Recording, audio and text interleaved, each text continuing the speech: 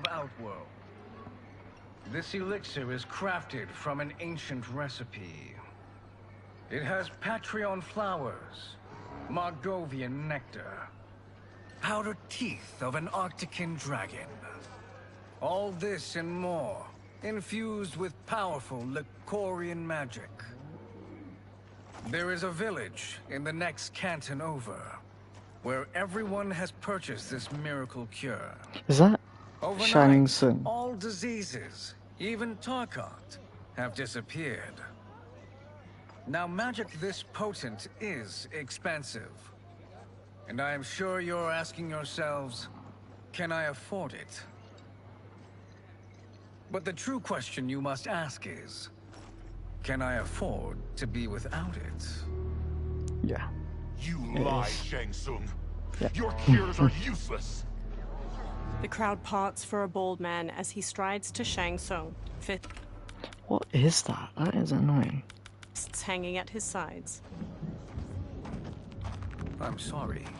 You are? Someone fool enough to have believed you. My daughter was dying when you came to my farm. You promised a miracle, and I gave you all I had.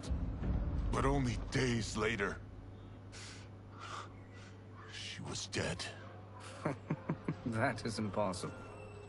My magic could not have failed her. There was no magic!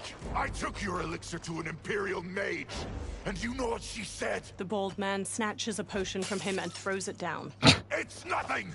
Just Borjang tea! The mage is mistaken, kind sir. My elixirs are of superior quality.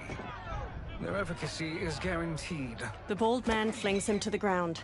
Shang Tsung raises his hands as the crowd closes in around him. Lightning flashes over Shang Tsung's caravan at night. Lamplight pours out from it. Why? Why is there a narrator? Shang Tsung emerges from a door in his caravan, a small case in one hand. He slowly takes Can I not shut a that seat up? on the small wooden stairway leading from his caravan door. He opens the case, revealing a mirror inside. He squeezes his eyes shut, then reaches for his head. His long grey beard drops to the muddy ground. Shang Tsung regards his reflection, now younger, beardless, and with shorter hair. It is an excellent ruse, your disguise. A woman stands nearby. Backwater folk are far more likely to trust a kindly old man. Here on behalf of a dissatisfied customer. If That's- it's revenge you want, Why? have it. If it's restitution, there's nothing left. What I want, Shang Tsung, is to elevate you. Kronika to make is supposed to you be great dead. I don't get how sorcerer she is that alive. now you can only pretend to be. A generous offer. Why me? You are uniquely resilient. Who else could eke out a living traveling Outworld's hinterlands, selling quack cures and fake magic? A living. It is barely survival. And you were meant for more. To live among kings, not peasants. But since before you were born, you have been conspired against by those who fear how formidable you could become. Liu Kang. How do you know this? She's Who Kronika. are you? I am your deliverer, Shang Tsung. Join me, Oh. and I will put the realms at your feet. Water streams down Shang Tsung's face as he meets the woman's glowing blue eyes. He smiles toothily. A title appears, Mortal Kombat 1. Three men wearing sun hats plow a farm by various cottages. Power line towers hang crookedly near them. An ornate building sits on a mountain peak looming behind. This is a good harvest, Kung Lao. Yes. It is a blessing, Raiden. You would rather we starve? No, of course not. But we've worked these fields since we were kids. In 40 years, we'll still be here. stooped and feeble like Old Man Wei. An old man glares at them and spits. Kung Lao waves. As long as I've known you, you've dreamed of leaving things young. Why can't you be happy here? Our ancestors fought in great wars. They died with honor and glory. Stories of our great adventures will be passed down for generations. It may not be glorious, but what we do helps the village thrive. I know. But is it so wrong to want some excitement? If that's what you want, may I suggest a bet? Dinner at Madame Beau's tonight. Last to fill their cart pays. You work faster than me? Ha! Since when? You're on, Raiden. Kung Lao and Raiden both smirk while they shake hands. The two men pass the day harvesting cabbages from their field and throwing them into separate carts. Kung Lao wipes sweat from his brow, then quickly pushes his cart with Raiden down a dirt road to the cottages. A woman uses a kettle to pour tea into a pair of small porcelain cups on a table in a crowded restaurant. She carries a platter with the cups and kettle away as Kung Lao and Raiden walk in. That is amazing. I am starving. I wonder what Madame Beau is making tonight. An old woman approaches. For you two, whatever you want. Thank you, Madame Beau. You spoil us. Like the sons I never had. Madame Beau leads them to an outdoor dining area. They sit at one of the many tables. Well, it's not really many. A lot of people are Have you sat. two been practicing my lessons? As we can. The harvest leaves us little time for martial arts. Since your first words, Kung Lao, you've mouthed nothing but excuses. If you fail to prepare... Your preparations will fail you. Good. You haven't forgotten. But we'll see if I make you anything special tonight. I'm glad you're paying. Madame Beau might just pad the bill with her anger. I am paying? You finished work last. But I delivered my cart first. Delivered? Huh. The bet was filled. That's not what I remember. So that's how it is, eh? What do you say we settle this man to man? They walk off.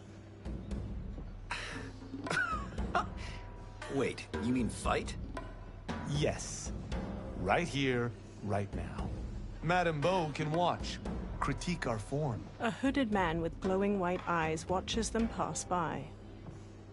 Best 2 out of 3? Fair enough. We must be careful. Madame Beau will kick us out if we break something. Oh, this won't last long enough for that to happen. Right. You will be down in no time. I need to see if I can turn that off. 1 second. I can skip all the cutscenes for when that happens.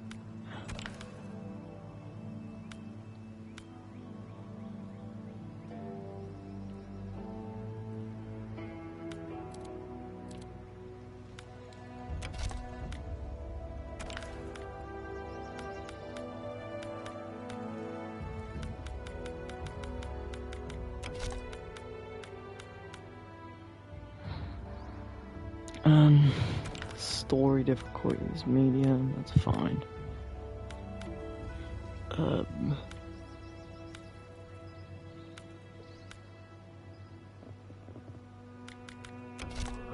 Where is it?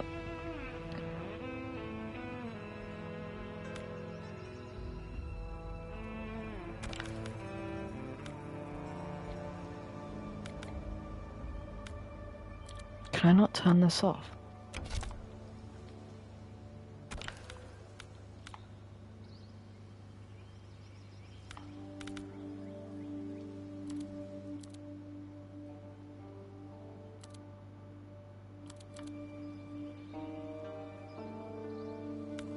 Fight.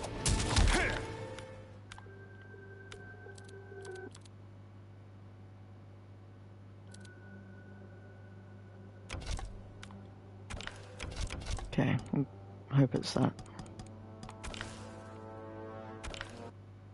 Words appear. No, it's WB not. Games Oh, presents for a God's NetherRealm sake. Studios production. An old man stands in... Yeah, we've seen all of that. This won't last long enough for that to happen. You will be down in no time. Fight. Jesus, this is all different.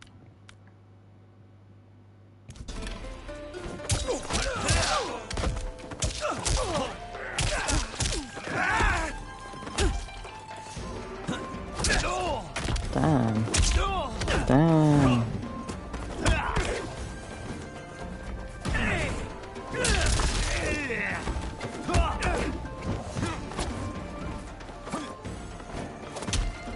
Damn.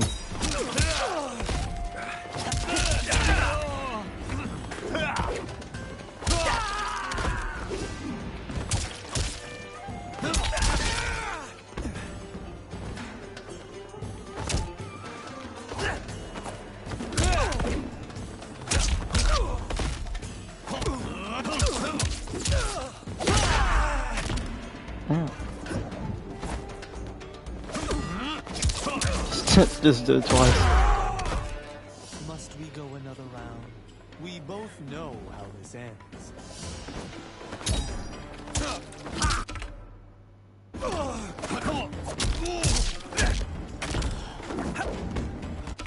Dude.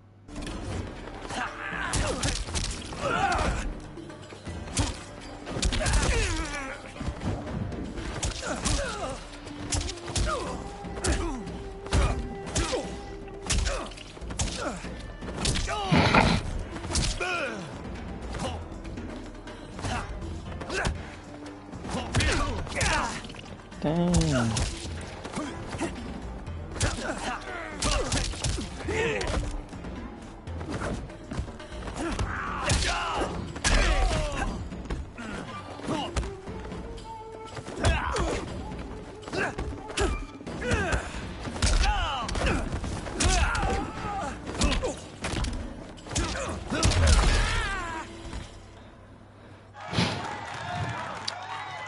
Kung Lao bows to the watching crowd while Raiden kneels. Kung Lao helps him up. You haven't beaten me yet. The day's coming, Kung Lao. Keep telling yourself that. A variety of plates and bowls with scraps of food in them sit on Kung Lao and Raiden's table. You were hungry. Oh. Everything was delicious, Madame Bo. Thank you, Raiden. You boys are always a pleasure to cook for. Raiden hands her cash, but his face drops as she beckons for more. A breeze wafts a bill from his hand toward a man in a dark garb and gas mask. He closes his fist around the bill, then looks toward Kung Lao and Raiden. Madame Bo, the Lin Kuei await your answer. 5 people in dark clothes and cloth masks stand with him. He advances on Madame Bo. I have been busy, Smoke. She steps away. The Lin Kuei? Who are they? Don't know, but I don't like where this is going. What do we do? Stay ready. Madame Bo, it is a simple choice. Pay for our protection, or risk harm to this fine establishment. You'll get nothing from me. That, Madame Bo, is unfortunate. He turns to the Lin Kuei warriors and nods. They flip tables and chairs. Madame Bo punches Smoke's face. He blocks her next flurry of jabs, then flips her through a railing. She falls onto a table below, breaking. Jesus. Madame Bo! Kung Lao and Raiden quickly get up from their table and fight their way through the Lin Kuei warriors. Smoke throws a smoke bomb, then jumps through the spreading cloud and kicks Kung Lao and Raiden to the floor. You two are brave, but against us, you are in over your head. We don't care who you are or who you are with. You will not menace Madame Bo. He's got a knife.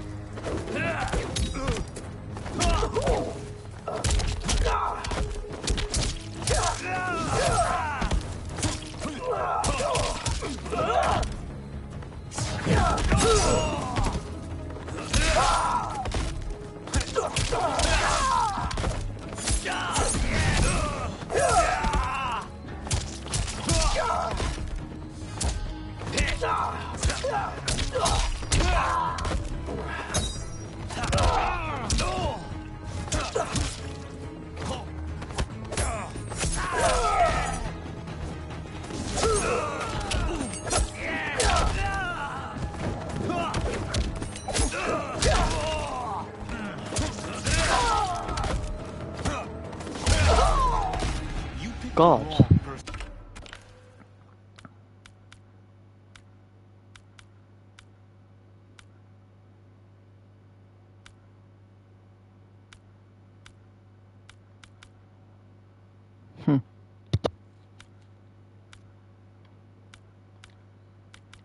To extort, ruffian.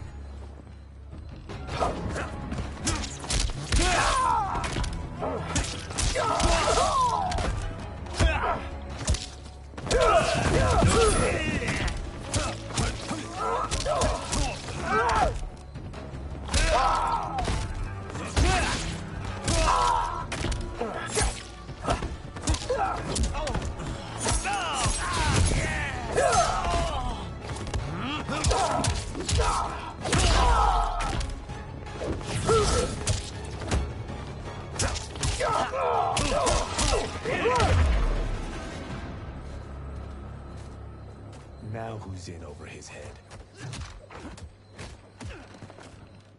Raiden punches a Lin Kuei, who stumbles back. Kung Lao grabs him, then drops him. This was you? Honestly, I'm surprised too. Come on, let's help Madame. A figure in blue, Sub-Zero, watches from a rooftop. He throws a bolt of ice at their feet. A man in yellow, Scorpion, paces over while spinning a kunai-tipped rope dart. His upper arms are bare, showing a scorpion tattoo. Sub-Zero shoots another ice bolt. It strikes the railing behind them. How does he do that? I have no idea. You interfere with Lin Kuei business. Leave, or face our wrath. Abandon Madame Bo. Not happening. Sub-Zero leaps onto Raiden and tackles him down a stairway. The rope dart wraps around Kung Lao's leg. Scorpion pulls at him with it. He yanks Kung Lao to the floor and drags him closer.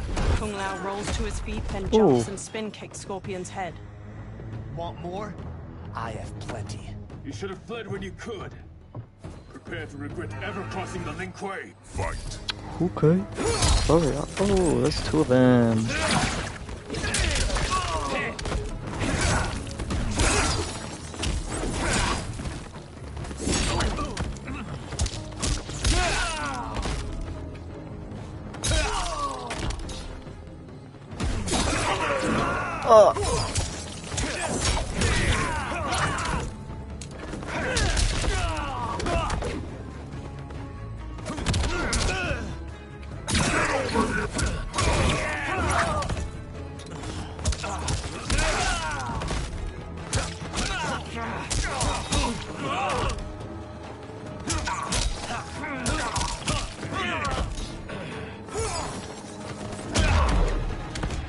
For what it's worth, I'm not regretting this yet.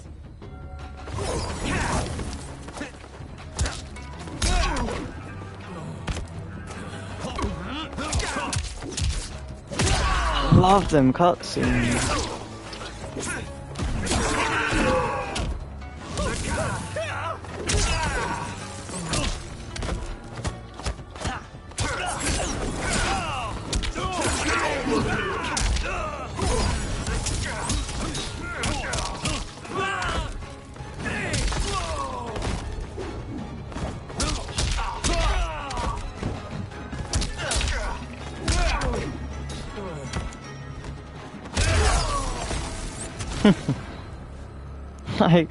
I suck at fighting games.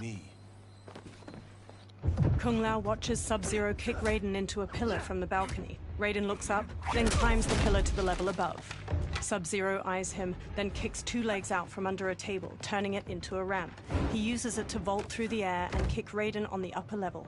Raiden staggers into a bar counter where a man drinks. Raiden grabs a cleaver from a pig's head sitting on the bar and swings it at Sub-Zero. Sub-Zero weaves around the blade and Raiden slices off the cap of the man's liquor bottle. He pours it into a cup. Sub-Zero blasts ice at Raiden, freezing his hands to the bar. The man plucks a bit of the ice and drops it into his drink. Kung Lao throws his hat at Sub-Zero's head. It bounces off harmlessly. Smirking, Kung Lao shrugs.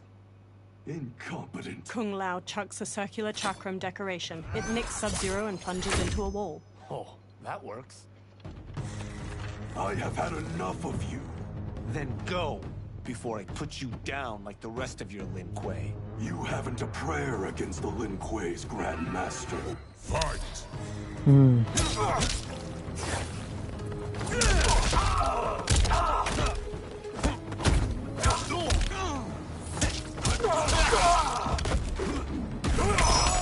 Ow.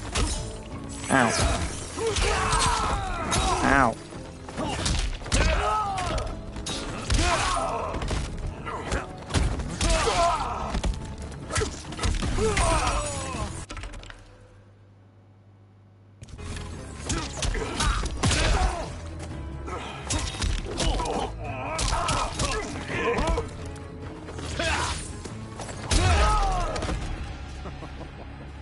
Sorry, but I have to ask. Can any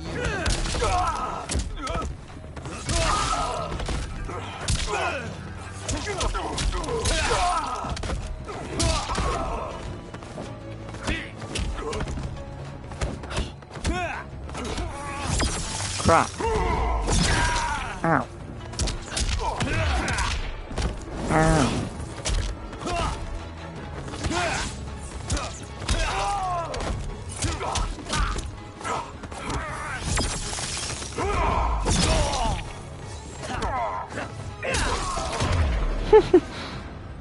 Are you sure you're a Grandmaster?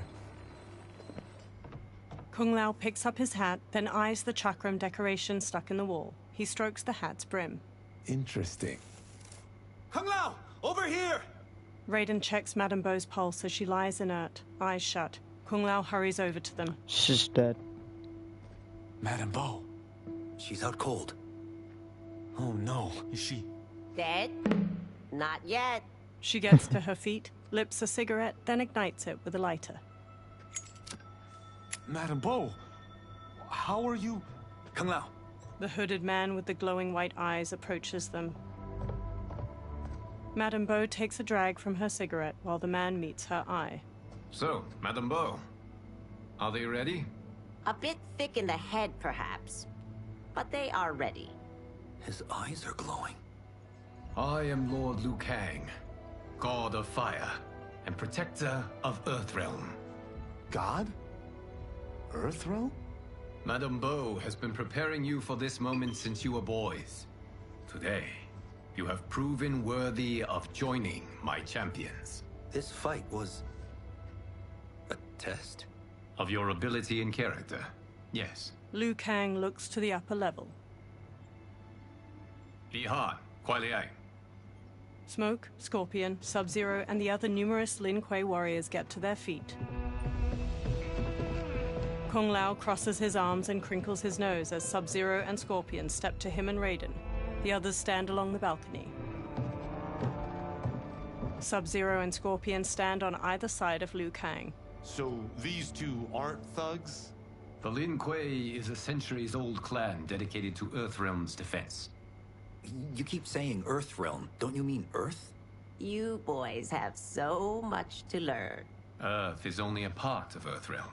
Earthrealm itself is one of many realms. Together, they comprise the whole of the universe. The realms can be fierce, bitter rivals. That's why we need champions to defend ours. The time draws near for the grand martial arts tournament between Earthrealm and the realm of Outworld. Held once each century, it allows each realm to demonstrate its strength. While our realms are at peace, there are Outworlders who would prefer us to be at war. Our victory in the tournament will temper their zeal. I've taught you everything I can. You must finish your training with Lord Liu Kang. More training? These two couldn't defeat us. What? They were pulling their punches. Had we not held back, you would not have survived. Come. The monks at the Wuxi Academy await to continue your tutelage. I am ready, Lord Liu Kang. And you, Raiden? Li Fengjian? I'm needed here. Earthrealm needs you, Raiden. You'll best serve the village by being one of its champions. I understand. Excellent. I will join you soon. First, there are other champions I must gather. Sunlight soaks through a jungle canopy. A man in a leather jacket and wide-brim hat hacks through the foliage with a machete. Another younger man with a backpack and rifle trails behind him. The men pause. We're off the map. We should go back, recheck the route. It's this way. The man with the hat slices through the jungle as he strides forward. The pair slow to a stop and look out at a massive human skull carved into the front of a stone edifice, a large doorway at its mouth. The temple. The pair move along a ruined stone pathway leading to the temple entrance. They stop near a seated woman. Flies buzz around her. The man with the hat shines a flashlight in the woman's face, revealing her to be a corpse with various darts sticking from her. Rot partially covers her face and her glassy eyes gaze blankly out. A swarm of beetles scurry out of her mouth. God damn it, Alessia. He cringes as the younger man's face draws tight. They examine numerous holes on the temple doorway. The darts came from here. The man leaves through a journal filled with notes and drawings of venomous animals. Can you open it? Without killing us? Let's hope so. The temple doors open. Light streams past the two men and into the dusty entryway of the temple. Both turn on their flashlights and step inside. They walk through a broad hall. Thick pillars with human figures carved into them line its walls. They turn a corner. Sunlight floods through ruined parts of the wall to their left, and small weeds rise from cracks in the stone floor. Turn them off. They turn off their flashlights. And we're definitely getting warmer. The pair moves down an aisle hedged in by low walls. Lines of fire flicker along the top of each wall. How are these still burning? Oil bubbles up from the ground.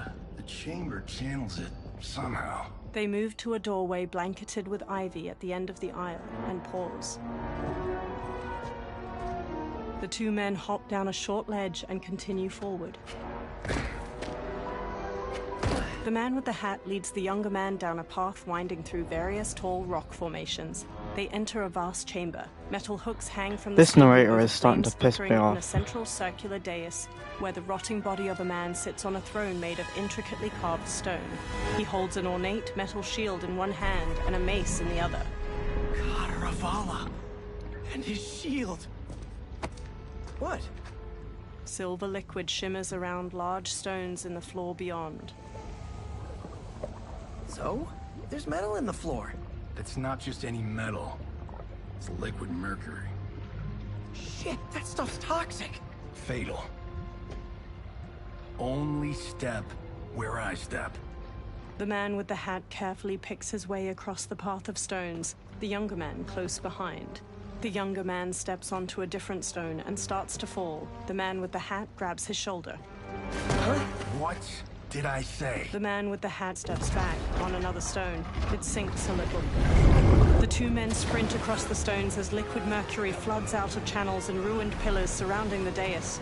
The man with the hat reaches the other side. The younger man stumbles, then leaps to solid ground. I'm sorry. Not now. He examines the reflection of a pillar in the liquid mercury surrounding the dais. He eyes the pillar itself. Get out the explosives. That's our bridge? Do this right, it'll fall across. The younger man sets explosives at the base of the pillar.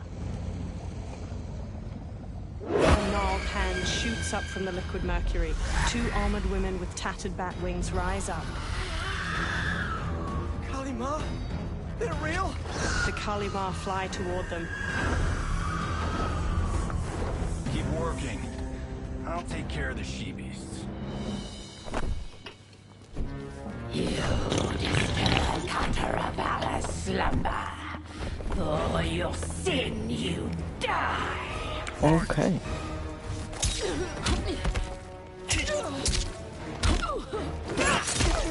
Okay.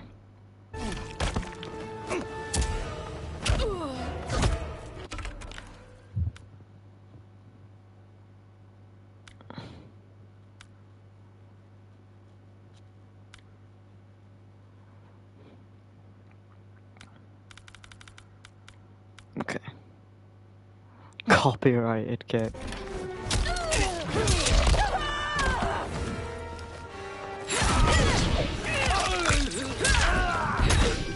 Damn, shit, my face.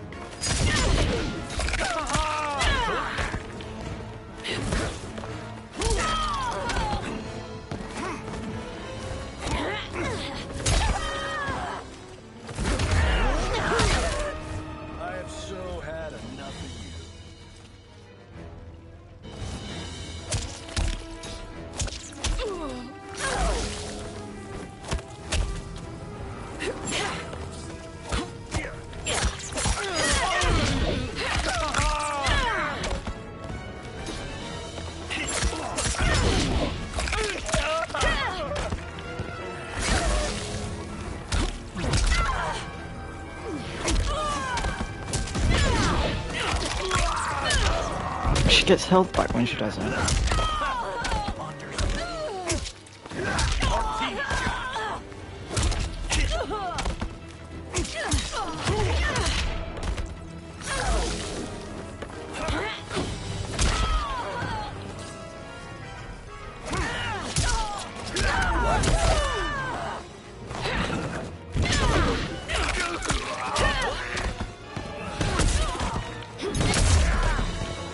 Oh, we got each other. Got no time to die, crazy lady. The man with the hat rushes over. You okay? Yes, we ready? The younger man nods and detonates a bomb that blows up a pillar. The pillar falls and they fist bump. Physics for the win. Let's go. They walk across the fallen pillar above the pool of mercury and explore deeper into the overgrown tomb. They stop by the corpse of Kataravala. The man with the hat brushes his hand across its shield. The younger man exclaims, "This'll be worth millions." It belongs in a museum. He grabs the shield. The younger man leans in, and Kataravala's face turns. He staggers back and falls into the mercury. He struggles, but the liquid overtakes him. Kataravala swings a spiked mace. The man dodges and jumps onto the pillar. It strikes the shield and throws him onto the ground. He quickly sits up as it pounces. It chucks away its broken mace. It stalks over. You will not have it. He rises. You don't need it. You're dead. Speaking of which, you just killed my best friend. And I'm not one to forgive and forget. Fight!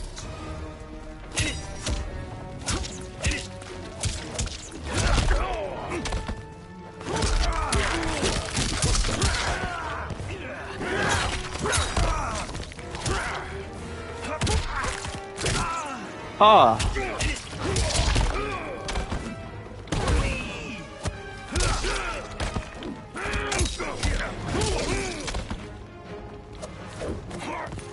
Whoop. Did his leg just snap going there? Oh.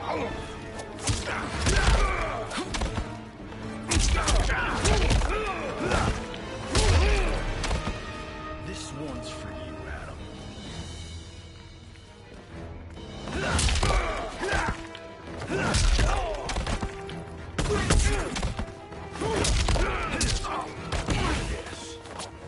Whoop.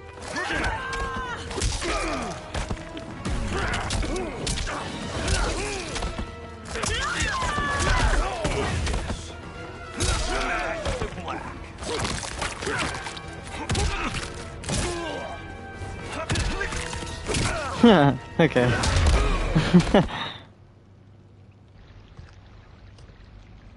Now where's that shield? He sprints past Kataravala. I'm not yet defeated. Yes, you are. He spins, chucks the shield, and cuts its head off clean. The shield slams against a wall and bounces back into his hand. Time to go home. Cut! Print it! I knew it! Whew. I felt that one. You felt it too, right? Crew member. Temple of Kataravala, take 39, tails... Director. That's a wrap. In a studio, crew cheer. The director takes off a headset and hands it to a woman. The hatted man shakes his hand. Steven, this was fantastic. Thank you. Oh, just like the old days. And these props. Jimbo killed it. Steven takes the shield. You did too, Johnny. Hey, about my pitch. You know, the karate zombie thing? I'm thinking 4 films. Maybe a streaming series? Johnny, I don't have... You're right. Not here.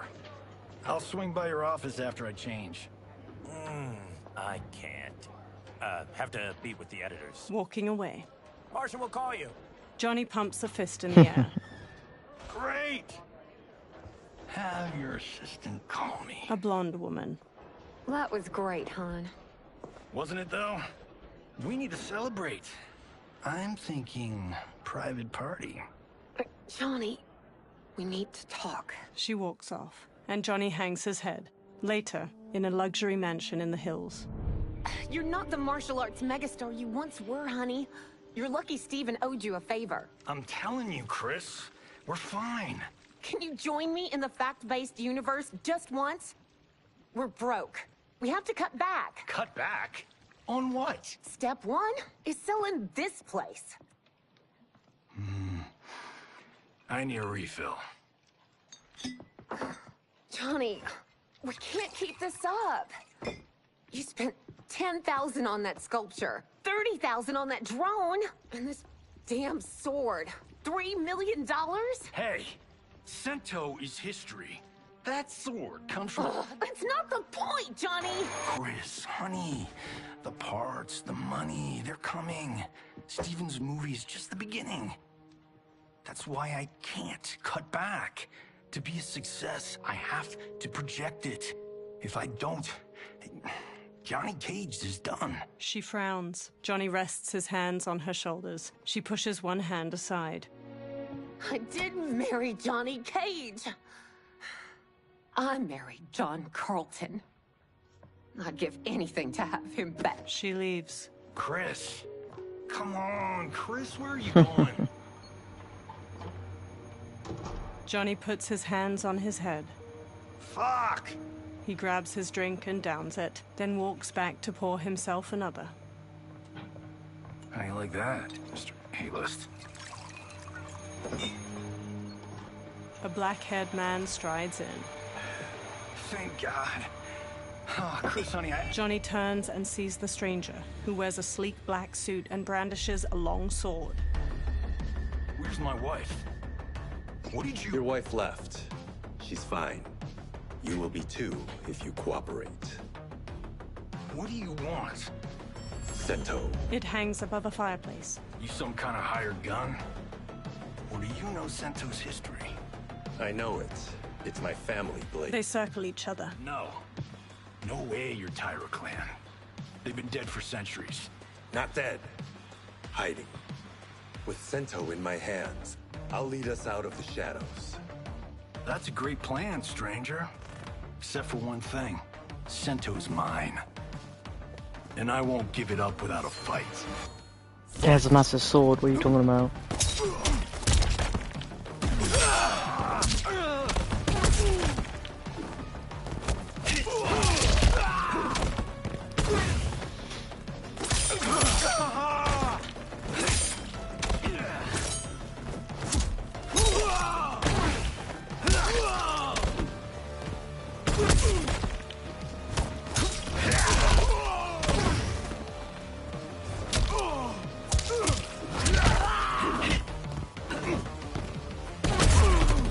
Tried robbing the wrong house. I am the ultimate home security system.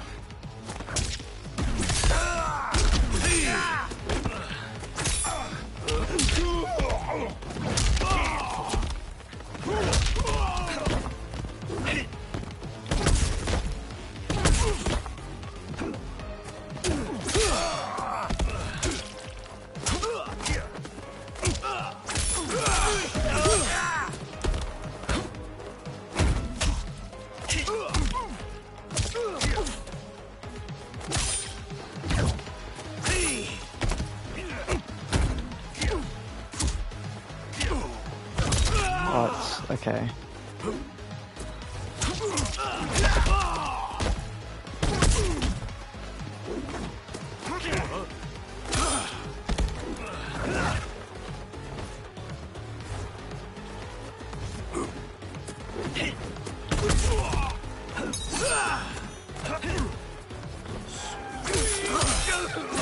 Didn't mean to do that.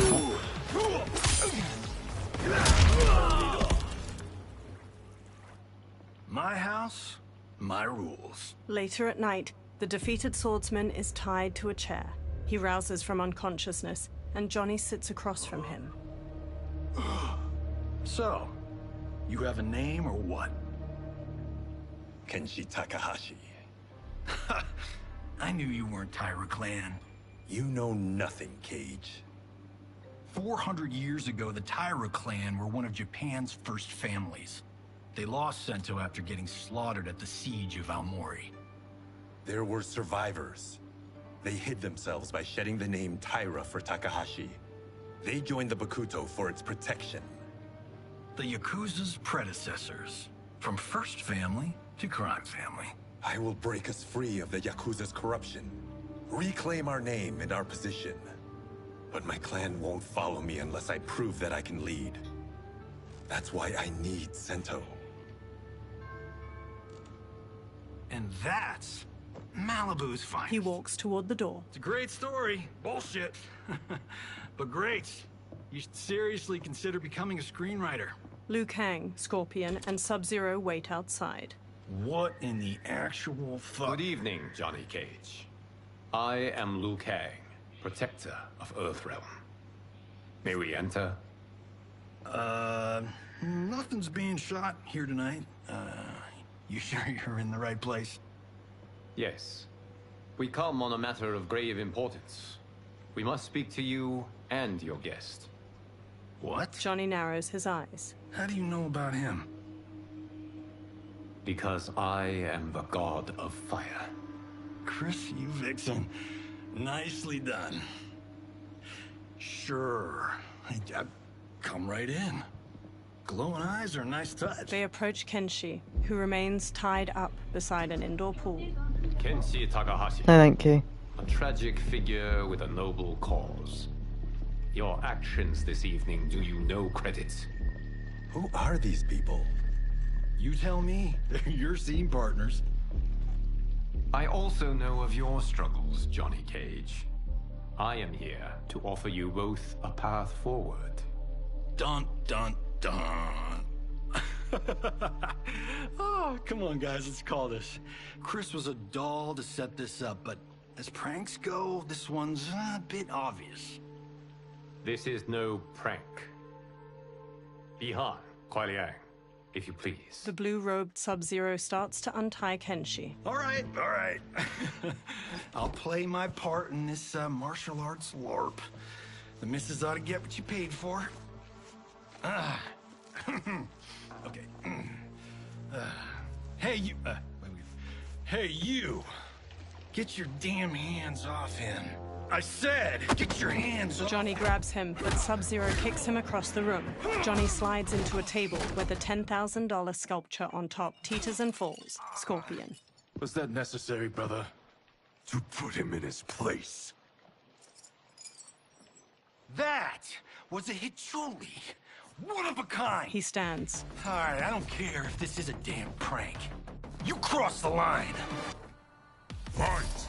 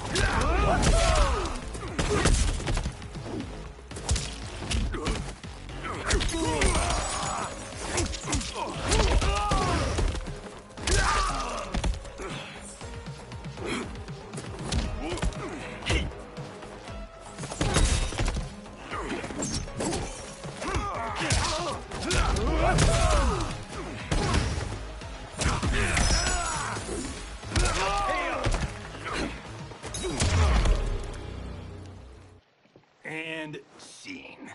I hope you're insured, because you're paying for my Hachuli. Imbecile! You have no idea with whom you're dealing. Liu Kang bursts into flames. The flames dissipate. That's no special effect. Indeed, Johnny Cage. Johnny shifts his footing and glares. Kuai Liang. Scorpion bows. Okay, let's go back to one here. Who are you again? Lord Liu Kang, protector of Earthrealm, god of fire.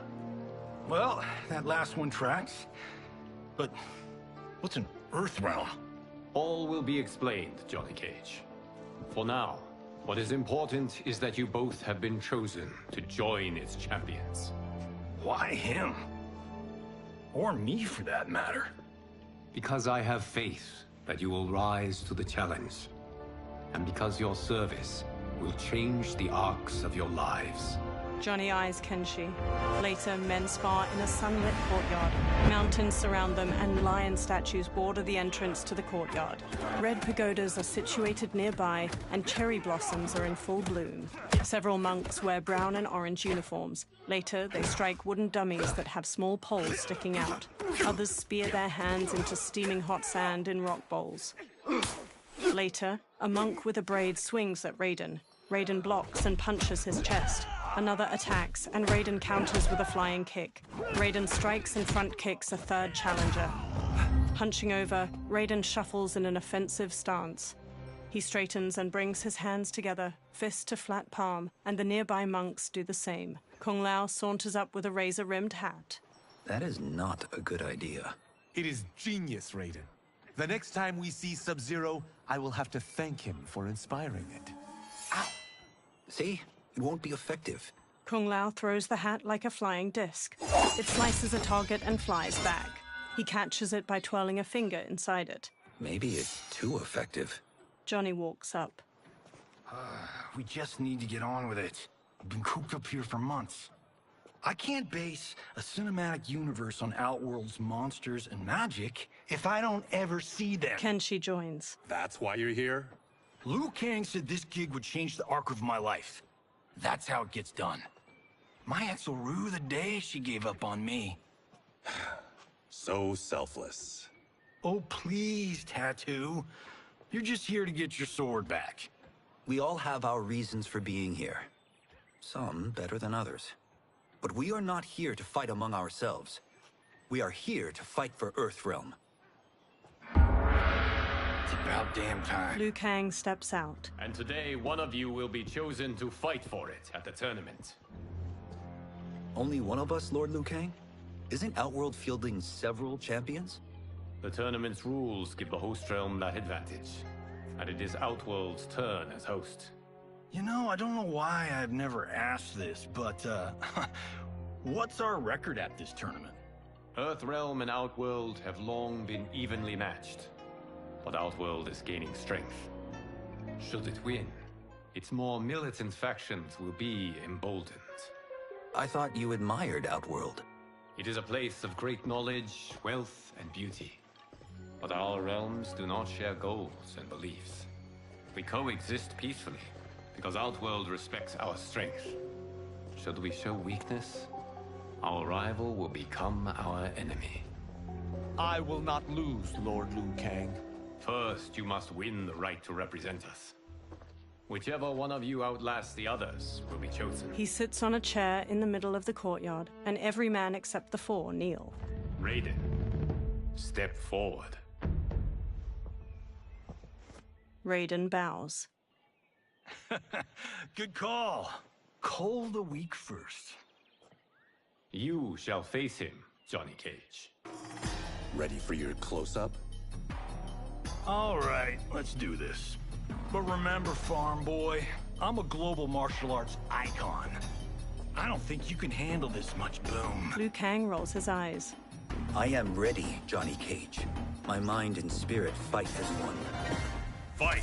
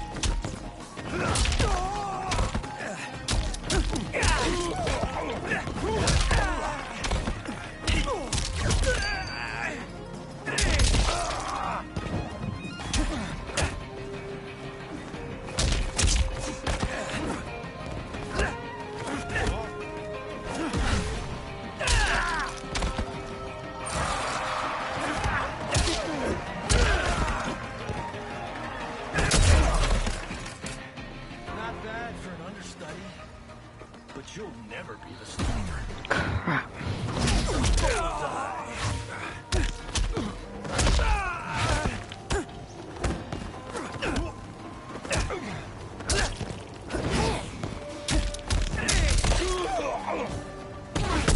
Raiden isn't as fun as he used to be. What is this?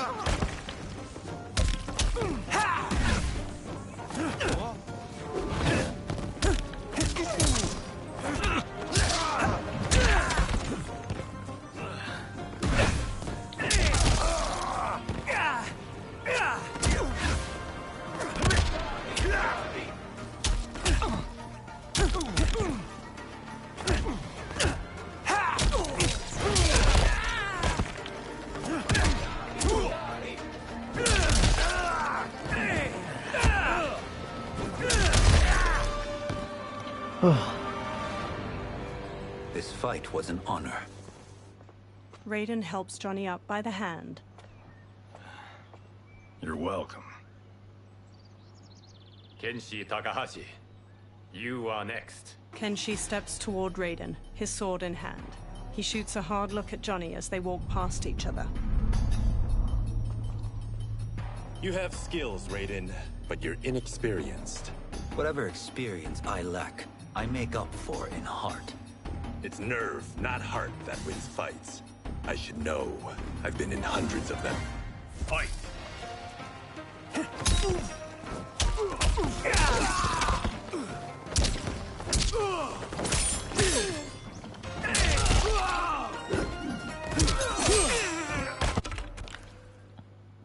That's his only special move, I get.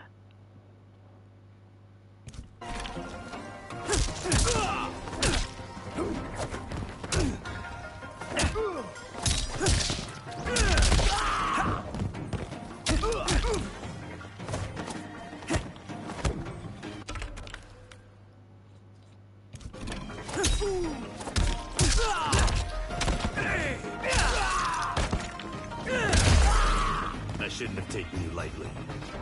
I won't do it again.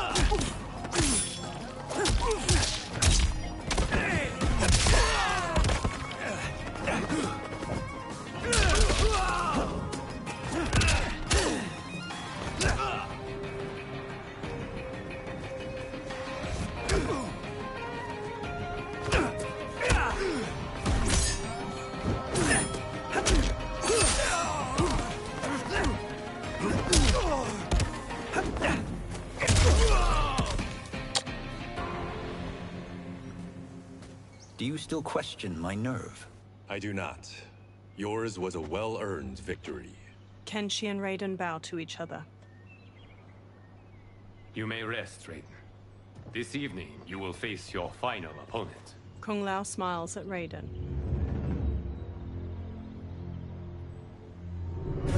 That night, Liu Kang sits on a chair among the other monks.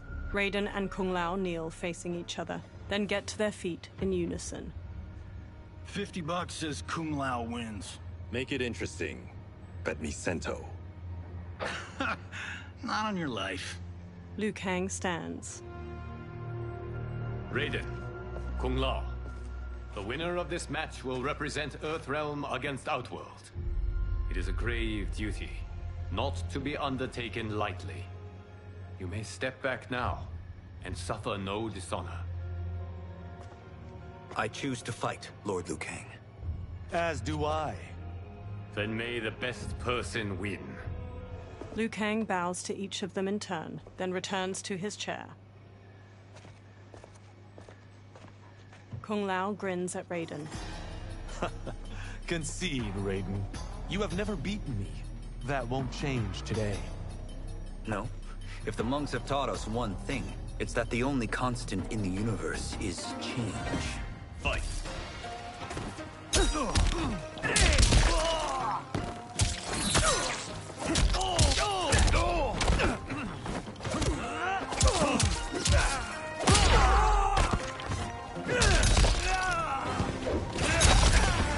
Damn, he's got all these hat tricks now. I didn't get these.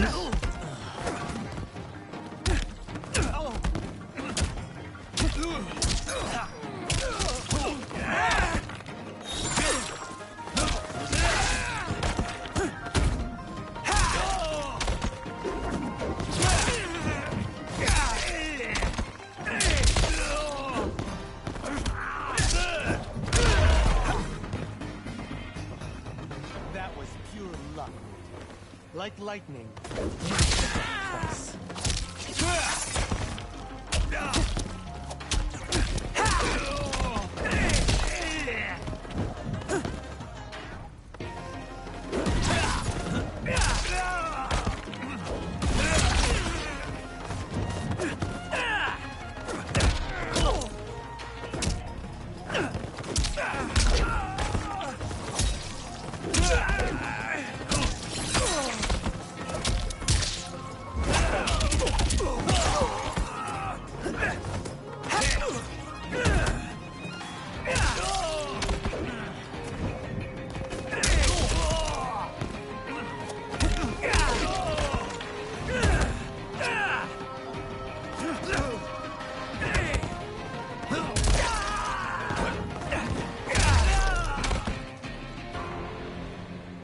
Okay. There is a first time for everything, Kung Lao. Raiden helps Kung Lao up. Although you have all trained well, Raiden has excelled. This outcome does not surprise me. Kung Lao hangs his head. How could I have... He gathers himself. Congratulations, Raiden. For the tournament, you will need this. Raiden takes a small metallic amulet with a dragon symbol glowing on its surface from Liu Kang. Electricity crackles from it onto his palm. Forged by the Elder Gods, it gives the wearer power over lightning and thunder. Go ahead, try it. Kung Lao and Liu Kang watch as Raiden slowly turns around, staring at the amulet. Electricity surges from it into his fingertips. Johnny records video with his phone as Raiden channels a bolt of lightning at a large statue. Holy Ark of the Covenant. Raiden stops. It is incredible. But is it necessary? In addition to possessing great might, the Outworlders you will face also wield great magic. The amulet levels the playing field. You must be careful, Raiden. You could get hurt. Even killed. No tournament participant has ever been grievously injured or killed. I would never send my champions unwittingly into mortal combat. We leave in 7 days for Outworld's capital, Sundo. The tournament will be held at the palace of Empress Sindel. Raiden, Kung Lao, Johnny, Kenshi, and the monks follow Liu Kang into a temple with numerous dragon statues coiling near its entrance. Liu Kang waves his hands around in a flowing motion, then a portal opens. I get all these moves, like all the moves are unlocked after you've played the character. You must focus on the task at hand. Johnny records the portal, a swirling vortex of fiery light as it washes everything in orange. He turns the camera to Kenshi while they all step toward the portal. Kenshi smacks his hand away. One by one, the fighters step through the portal. I hate this damn... Blue, white, and purple light flows out of a tall stone gate like mist. Narrator Liu Kang and the others emerge from lady. it and enter a courtyard filled with lush greenery and flowers. Johnny smirks as he records their surroundings. Toto, I have a feeling we're not Kansas anymore. Two women approach them from a row of others wielding spears. My. Are those? Empress Sindel's daughters, yes. He casts Johnny a look. They do not disappoint. We are Earthrealm's ambassadors, Johnny. We'll show them respect, not unwanted attention. Johnny gives Raiden an exaggerated wink as they walk past a guard. The Earthrealmers bow to the two elegant princesses. One, dressed in a deep magenta, inclines her head. Lord Liu Kang, welcome. Thank you, Princess Melina. You remember my sister? Of course. Princess Kitana. May I introduce Johnny Cage, Kung Lao, Kenshi Takahashi, and Earthrealm's champion, Raiden. Raiden bows his head. I hope you're prepared, Raiden. Our champions are determined to win. None more so than me. It's been too long since we've known victory. Princess Melina, we should be on our way. Empress Sindel awaits. Thank you, Tanya. Follow me, please. Melina, Kitana, and the guard Tanya lead the fighters down a tiled pathway lined with numerous armored women holding spears and shields. Do they? A large four-armed humanoid plays a drum while leading two luxurious carriages, each pulled by teams of horses. Groups of spear women march alongside them as they gradually travel down a broad path hedged in by buildings made of bamboo and wood. Dozens of people in colorful clothes and costumes stand on either side of the pathway and watch or dance. I like how he's Royal recording daughters everything. And the Earthrealmers watch the people go by from the carriages. Those are Centaurians. And Shokan. The six-armed beings are not Nodens. The monks described them, but seeing them in person? I see that Her Majesty once again spares no expense on the festival. Should she not? It commemorates my late father. I admire, Princess. I do not judge.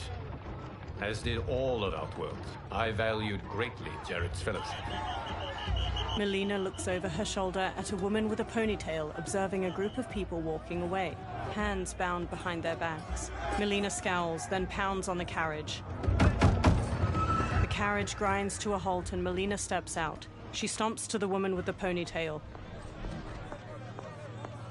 First Constable, our route was to be clear. This couldn't wait? Should I allow Tarkatans to infect the city, Your Highness? Those arrested were harboring some here, rather than report them for quarantine. The Earthrealmers cannot be privy to our secrets, Li Mei. As Sundo's first constable, you must show better judgment. Perhaps it's too much to expect. Melina looks Li Mei up and down before walking off. Princess Melina doesn't seem to like her very much. Li Mei used to lead the Umgadi, the palace guard. It was on her watch that the princess's father was murdered. Decorative waterfalls pour around the front of a vast, ornate palace. The Earthrealmers stand inside a throne room crowded with Outworlders. Worry expends energy for no purpose, Raiden. But the tournament, if I lose... Focus on your actions, not the outcome. It is all you can control. A large, armored humanoid with two twisting horns approaches. He shoulders his way past onlookers. Red alert. Incoming stock villain. General Shao. Do not let him goad you. General Shao stops before the warriors.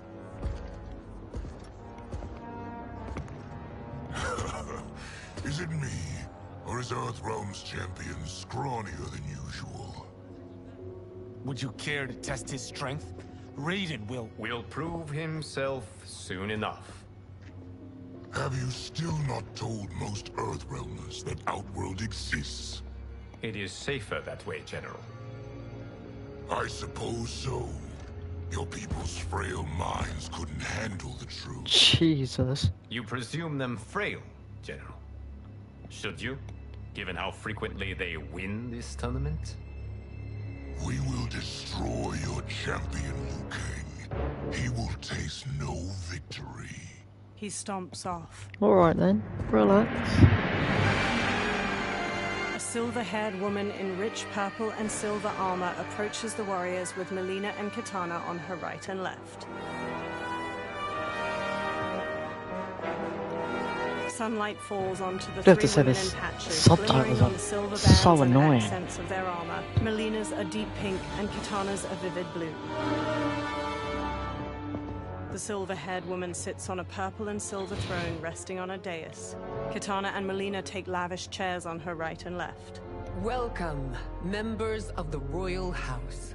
Welcome, our esteemed Earthrealm guests. We gather once again to honor my late husband's legacy, to continue the tournament that he founded with Lord Liu Kang, in hopes that it would foster peace among realms. May Jared's soul watch over us with pride from its resting place in the living forest. She smiles tightly. Lord Liu Kang. Empress Sindel, it pleases me to once again be your guest. Here, you are always welcome. Now, Let us meet your champion. Earthrealm's champion is Raiden, Your Majesty. He has earned his place by embodying the very best qualities of Earthrealm's people. You seem nervous, young man. I'm a stranger in an unfamiliar land, here to compete against its greatest fighters. Yes, I am nervous. As you should be. You have a difficult path ahead. Sindel gets Calm to her down, feet and Sindel. holds her arms out. It has begun. As tradition requires, Outworld's initial competitor will be Sundo's first constable, Li Mei. May she defend our realm's glory, as well as she preserves our capital's order. Li Mei steps to the dais. Your Majesty, I will honor both the Royal House and all of Outworld with my combat. If so, you will vastly exceed my expectations.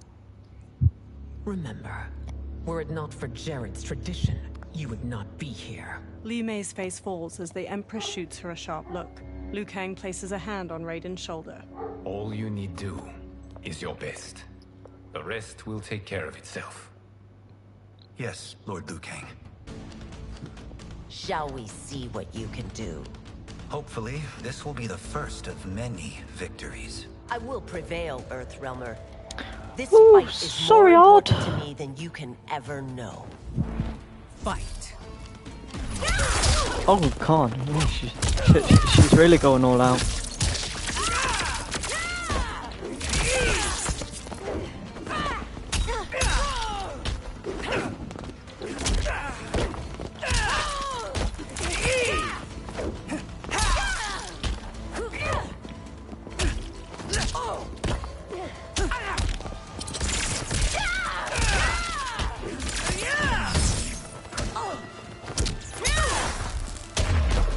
I will admit it.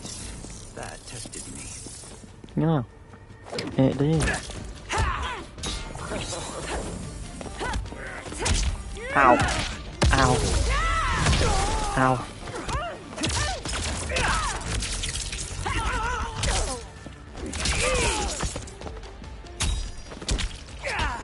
I'm just glad I have more damn things.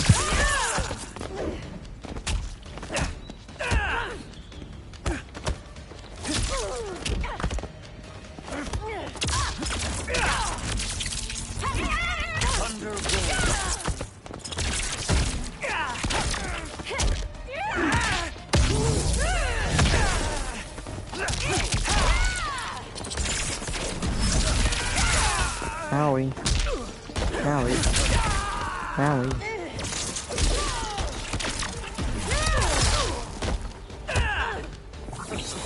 .10 health. Thank you for the match, First Constable. Li Mei rigidly bows to Raiden. He bows back. Li Mei turns and leaves the throne room. The spectators huddle together as they watch her go. Raiden stands before Sindel's dais. My compliments, Raiden, on a well-fought match. We'll see how you fare in the next. General Shao, whom have you chosen as our next competitor? Your Majesty, I have chosen Reiko, my second in command. As a boy, Reiko was orphaned during the Kafala War. Though captured, his spirit remained unbroken. He scratched, clawed, and survived. After the war, I took him in, molded him into the perfect soldier. Few others are as well versed in the ways of war. Reiko stands near Raiden and performs a combination of elbow strikes, knees, and punches before jumping and spin kicking. He glowers at Raiden. He's a bit angry. Yeah. In what war? So shit it is shit cereal, fucking hell. I have done neither. Then you are woefully unprepared, Earthrealmer. This will be your last battlefield. Fight!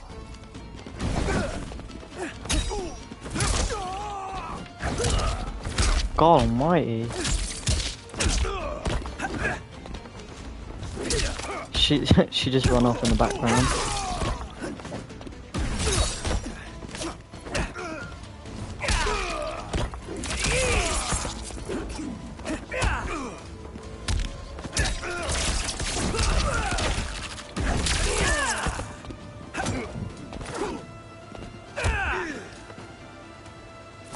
Do something.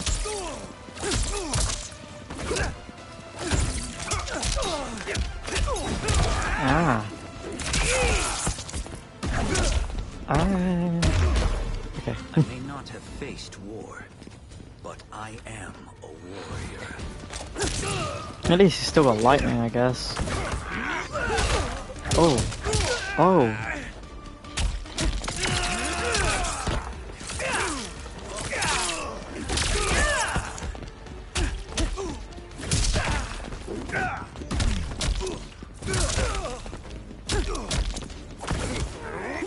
He's doing it again.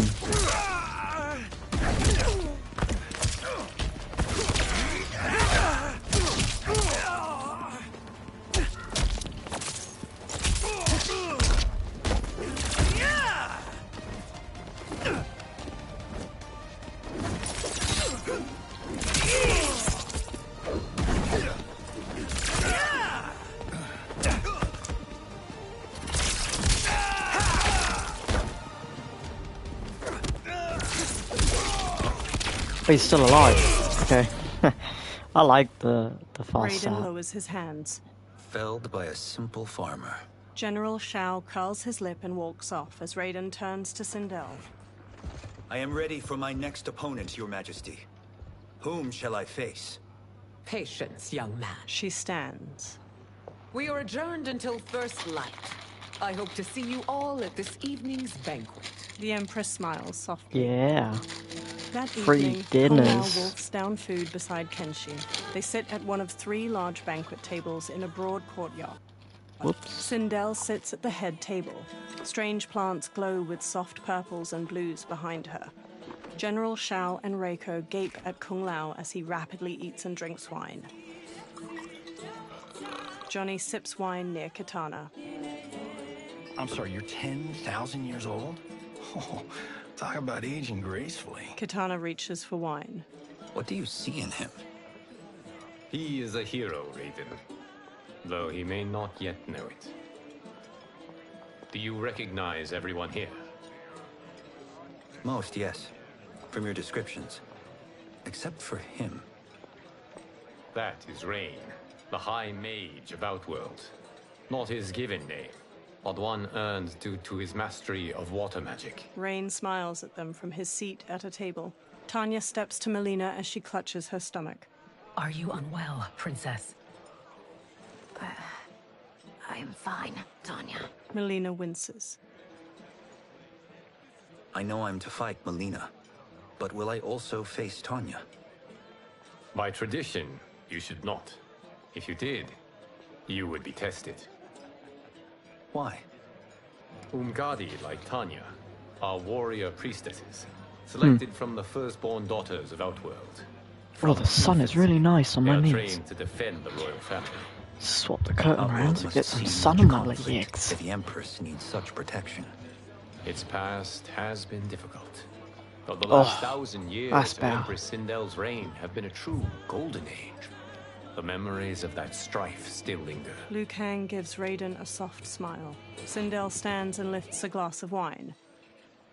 My husband Jared believed that the future of our realms lay together.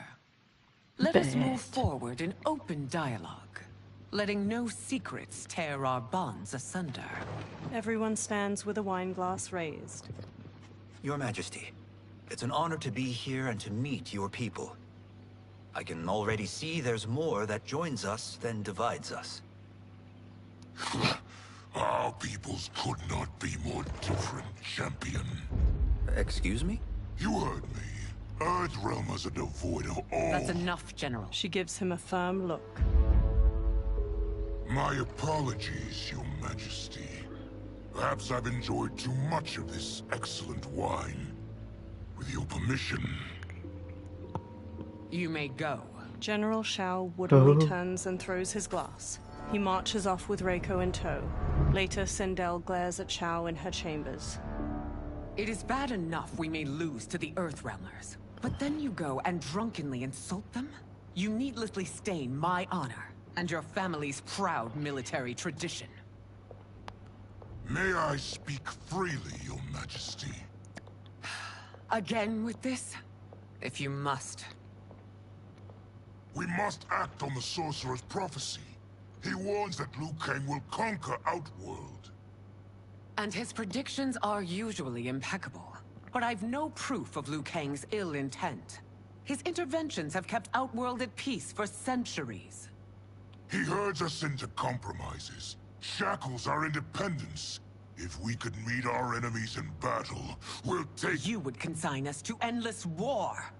Better that than be Liu Kang's lapdog. Sindel's eyes harden. Lapdog. If I see evidence of the prophecy's accuracy, we will act.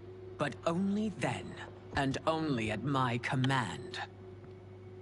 Did not your illustrious father teach you that war is the last resort, not the first?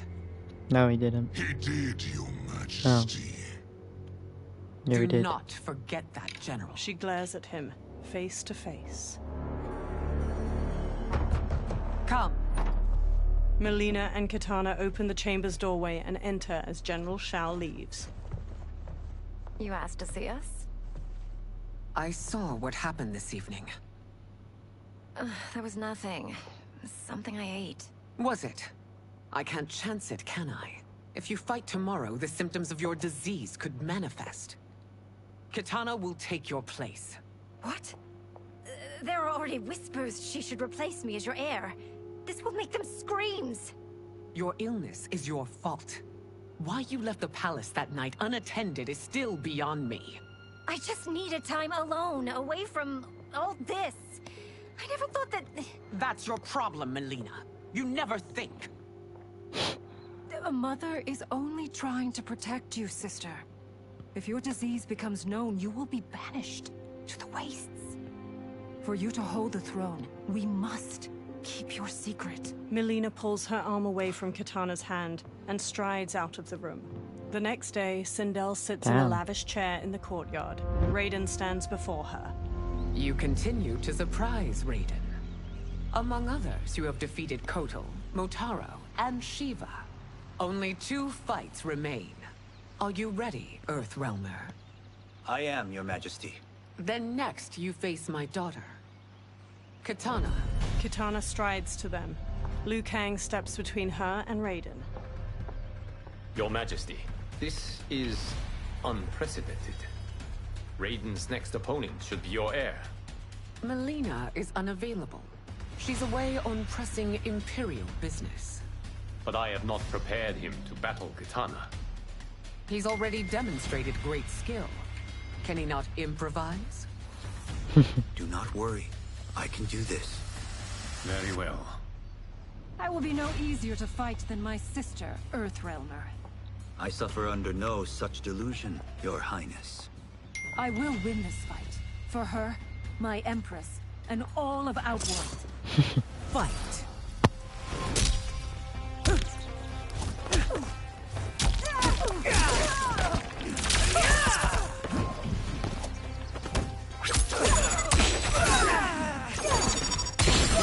Damn, these everyone so aggressive?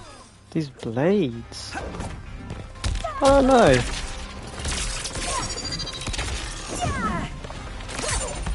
I can teleport. Since when? Since always.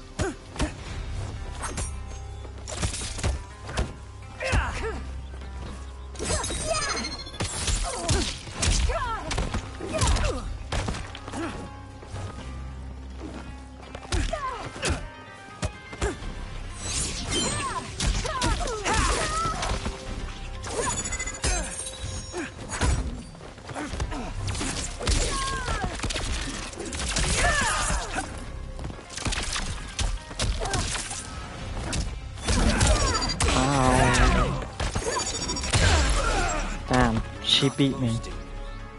You are truly formidable.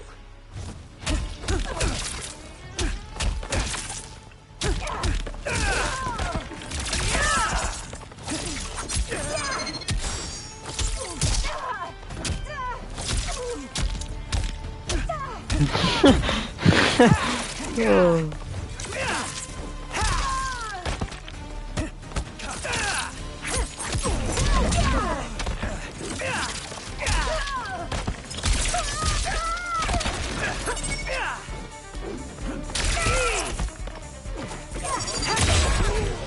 See ya.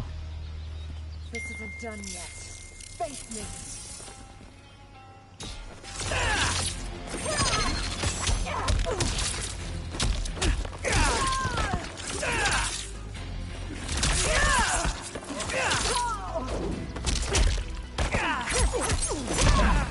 You can have air combat. I didn't know that.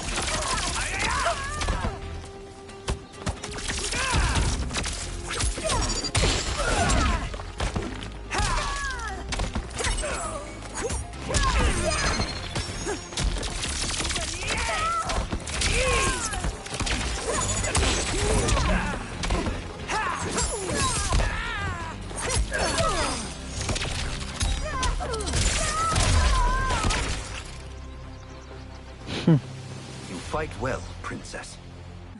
Katana stands. As do you, Earthrealmer. Surprisingly so. I hope we meet again. Yes, sir. Under different circumstances. He beams at her. It's time for the final match. It's a testament to your abilities that you've made it thus far. But now you must face General Shao. General Shao approaches. Victor of the Tavarian War. Conqueror of the Quatan Plains. Defender of the Navala Coast. As has his family for generations, General Shao defends us with zeal. He's got his horn helmet on now. All of Outworld is grateful for his service. That's a notable list of accomplishments, General. It is a mere fraction of them. A full recitation would take. He has an axe instead of a hammer. Fight.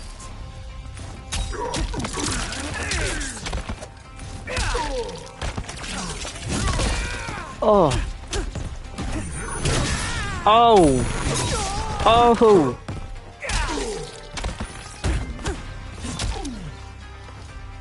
He's really tall.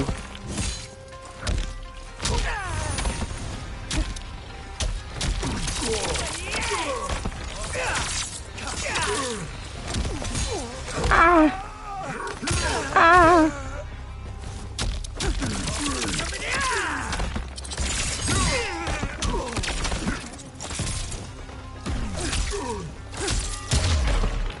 Liu Kang trained well, but not well enough to win.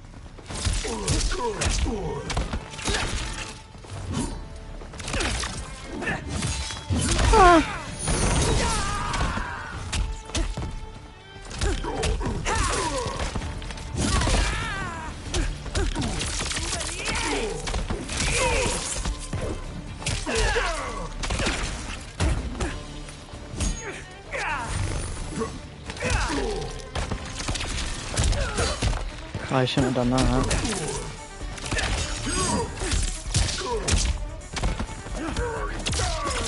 Bonk, bonk. Let's go. It's over.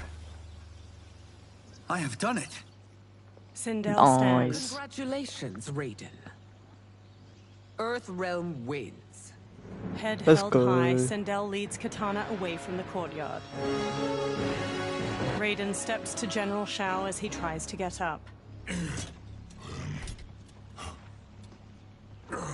Raiden holds a hand out to Shao. May I assist you? Stay away, Earthrealmer. Raiden's face tightens. Well done. You have exceeded my greatest expectations. Let's Thank go. you, Lord Liu Kang. Because of you, the Outworlders who would disturb the peace will once again be held at bay. Smiling, Liu Kang places a hand on Raiden's shoulder. Come, let us bid our hosts farewell and return to Earthrealm. Kung Lao, Johnny, and Kenshi bow to Raiden. All right, yeah. That was great. Very impressive. What's the point of bringing the other three if they didn't do That anything? night, Liu Kang sits in an ornate room before a fire in a brazier, his eyes shut. He opens his eyes. Sand whirls on the other side of the room. It resolves into a dark-skinned man with glowing eyes and a bald head. Geras, my old friend. It's been eons. It's good to see you. Geras is a good guy Likewise, now. Lord Liu Kang. I have watched you with the Hourglass. You are relishing your role as Earthrealm's protector. It suits me far better than being Keeper of Time ever did. I never wanted to replace Chronica. Being history's architect drove her mad. I had no wish to share her fate. Which is why I am forever grateful that you volunteered to safeguard the Hourglass. Despite my having relinquished its power, the new era has unfolded as it should. Geras takes a Jaguar figurine from a shelf. You created me in your own image. Duty is my highest calling. While I am glad you are here, you are not one for social cause. Is there trouble with the Hourglass? With something it has shown me. What, Geras? When you restarted history, you altered the destinies of certain malefactors to neutralize them. At least one of them is defying that destiny. Shang Tsung. Go on. He has escaped his meaningless life and is on his way to becoming a powerful sorcerer. He has already infiltrated Sindel's court. I saw no sign of him during the tournament. But if that snake is in Sindel's ear... Your vision of peace may already be compromised. I appreciate this warning, Geras. I will investigate. Please return to the Hourglass and see what else you can learn. The next day, Kenshi looks at a drawing of Shang Tsung with Johnny and Kung Lao. So we find him in Outworld and bring him here for questioning? Yes. If what I fear has happened, he is a grave threat to the realms. Anything else? You get to play as Shang Tsung Kenshi. is a master of deceit. Do not trust a word he utters. Sounds a lot like my first agents. It's a tricky mission. I'd rather Raiden go along than this one. Hey, this one is up for the job. This mission he's must like be done Devora. quietly. I am breaking my word with Empress Sindel by sending you into Outworld without her knowledge. Due to the tournament, Raiden is now a familiar face there. Sending him will only increase your risk of being discovered. He raises a metal device. This talisman is attuned to Shang Tsung's chi. Follow it to him. And be careful. May the Elder Gods protect you. Kenshi takes the talisman, then trades a look with Johnny. The three men walk through a vast desert at night, flashlights shining through the dark. Are we there yet? Again? How old are you? 5? What can I say? These boots weren't made for walking. If that is the most pain you feel today, consider yourself lucky. Oh, I'm already I lucky. like this new I've look got for Johnny Sento Cage. strapped to my back. I will reclaim it, Cage. Got 3 million? It's yours. You know I don't have it. I bet you Yakuza pals could come up with it. Oh, that's right. You blew them off. If there's one lesson Hollywood's taught me, it's never burn bridges. You never know who can help. The Yakuza are leeches, bleeding out those too weak to resist. I grew up in that life, and I never understood it. Why my gain required others' pain. I got out. I need my clan out too. We can't be part of their crimes any longer. Scowling, Kenshi looks down at the talisman in his palm as it glows red. He turns around and walks off. Kung Lao shines his flashlight in Johnny's face before following Kenshi away. Johnny walks after the other two. Kenshi holds the talisman out while standing on the edge of a cliff. They survey a village made of buildings carved from large rock formations. A mass of soldiers with spears battle a horde of humanoid creatures with long fangs jutting from their mouths.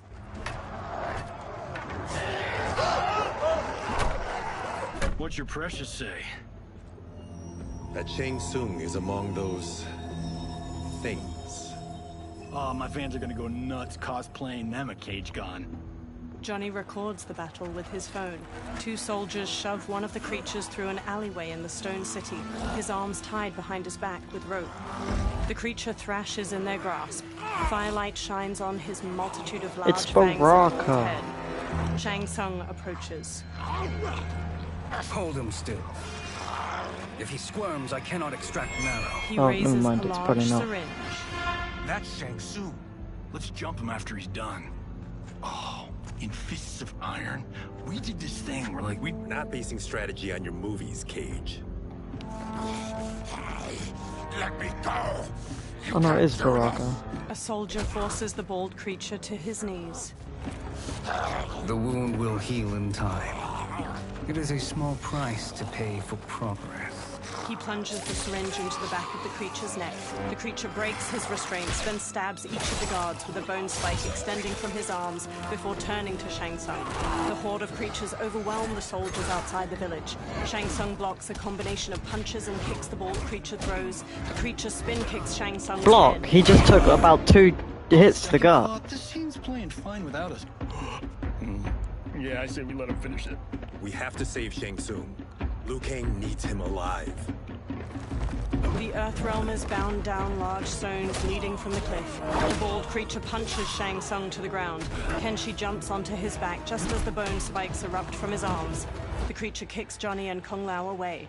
Shang Tsung scrambles back, then smirks and transforms into a toothy creature. He slips past the horde. How did he do that? The bald creature shoves Kenshi away. Kung Lao and Johnny stand before the horde. I would have killed him but for you. I get why you'd want to, but you can't.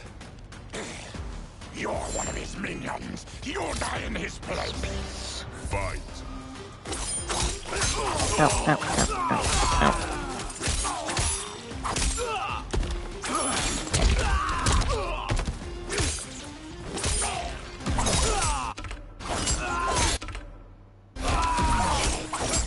Okay, relax. Give me a minute.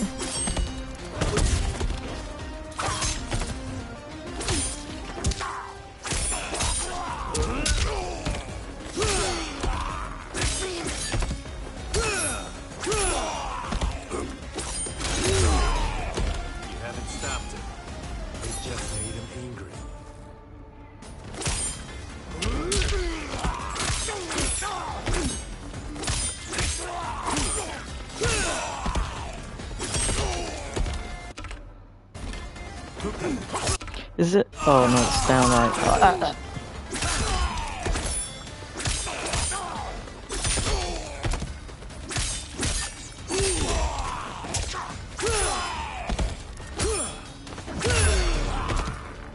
Let's go. Kenshi sheathes his sword. Now please, let me explain. The horde surrounds them. You got us into this. How about getting us out? I know what this looks like, but we don't work for Shang Tsung. If not, why save him? Because Liu Kang, Earthrealm's protector, wants to question him.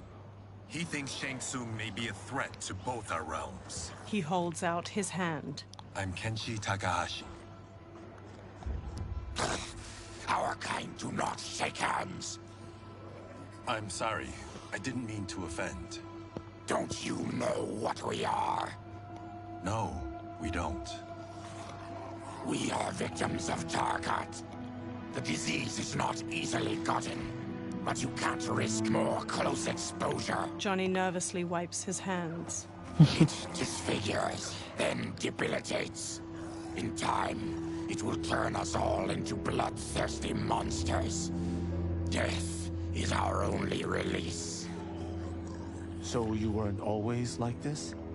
I was once a rich merchant, but when I became ill, I was banished. Now I run this colony. I am Baraka. What does Shang Tsung want with your bone marrow, Baraka? I don't know, but he comes here each month to harvest it. Release us, and we'll capture Shang Tsung. And we'll find out why he's been coming here. I promise. Baraka looks back at the others. Let them go. Thank you. We won't let you down. Kenshi looks down at the talisman. Baraka isn't as scary as he was in the last one. This was guiding us to Shang Tsung. Now we can't find him. His laboratory is near. I'll take you. Morning light shines. Baraka leads the trio toward a wood and stone tower rising over a river. 2 water wheels spin nearby. Any idea what to expect? No. I've never been inside. Stay here. Check it out. Kenshi, Kung Lao, and Johnny step to a long bridge stretching. Why is the from guy with a bank big to the scary tower. face? Fucking The 3 men Baraka. sneak through the tower to a laboratory. The most calm one we've seen. The addition of crushed chitin larva proved an inspired choice. In testing, outcomes improved significantly. I have modified the formula since the last time it was administered. Kenshi motions for silence as the others trail him up a staircase. This new serum is exactly what we need. Its effects will be immediate and long-lasting. How can you be sure? Because it is brewed from freshly extracted Tarkatan marrow. It couldn't be more potent. He raises the syringe, full of liquid. Melina lies on a medical table by him, eyes shut. Rain and Tanya stand nearby. He is infecting Melina with Tarkat. Shang Tsung taps the syringe. And he's got 2 of Sindel's top dogs in on it. No wonder Liu Kang is worried about this guy. We need to stop him. Save a distressed damsel? Sure thing. Johnny smirks, then runs into the laboratory with Kung Lao and Kenshi. They square off against Tanya, Rain, and Shang Tsung. Get away from her. You bitch. Tanya. You know, the movie. Tiny girl, ginormous alien. Ripley! No? Seriously? Alien isolation. Earthrealmers. How did they find it? They've already seen too much. Tanya charges with a 3-section staff. Johnny blocks her attack, then Kung Lao kicks her back. Kenshi spin kicks the syringe from Shang Tsung's hand. I need time. Buy it for me. Liu Kang sent you, didn't he? Sent you to learn our secrets. He sent us here for Shang Tsung, but it looks like he's just part of the problem. Fight.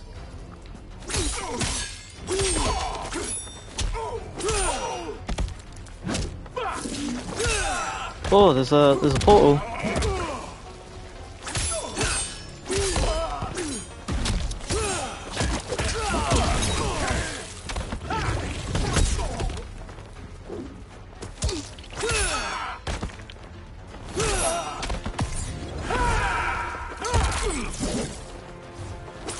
It's the first time they've done that in the story. One, we are just getting started.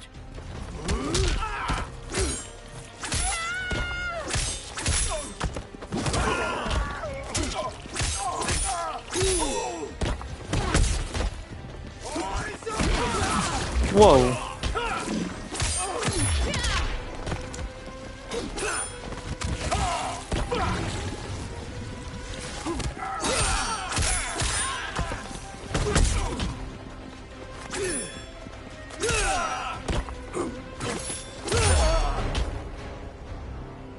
The High Mage is brought low. Tanya whirls her 3-section staff around and strikes Kung Lao's face, then jumps and bashes Johnny's head. Kenshi grabs her from behind. He starts to throw her back, but she rides the momentum and flips away. I thought Umgadi were loyal to the royal house. Yet here you are, scheming against the princess. You trespass in Outworld. Interfere in Imperial matters. It is you, not I, who is the schemer here. Fight. They're trying to save her. Tanya's crazy.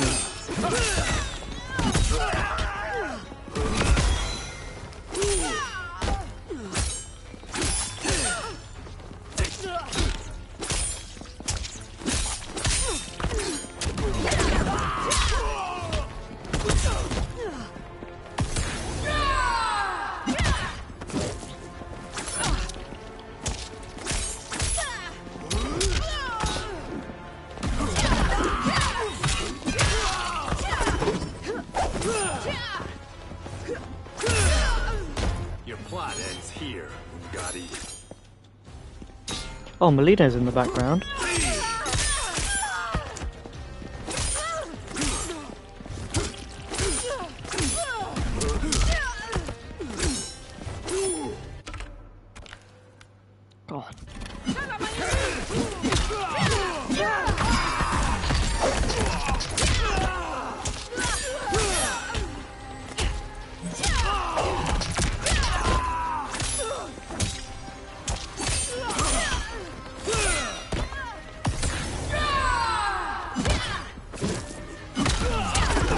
Wait, do they both do a fatal blow on you?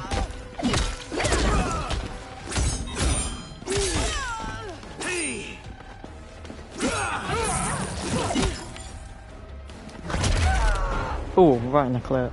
Your plot is over. Kenshi strides to Shang Tsung. Step away from the table. This is twice you've been a thorn in my side. You Earthrealmers do have unhealthy habits. You heard him. You're not infecting her with Tarkat. I am trying to protect her, not infect her.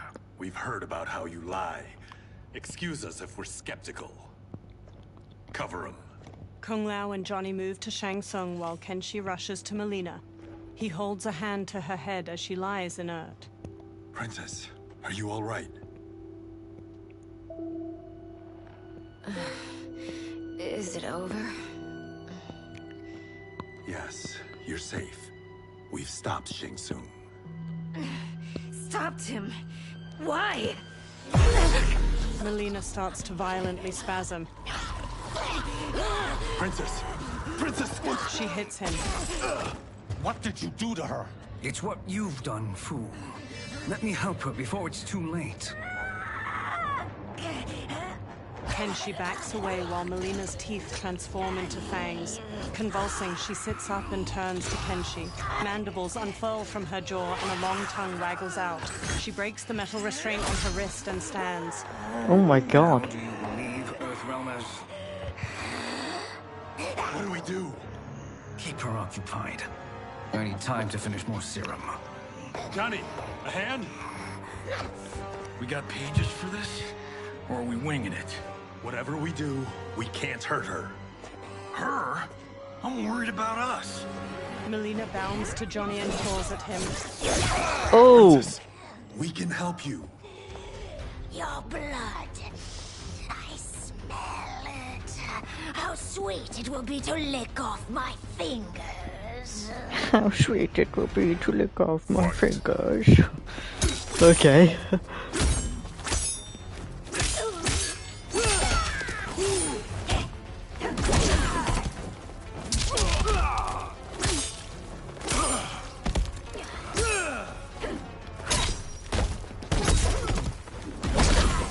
Oh, she's got a new move. Oh. Oh. Oh, damn.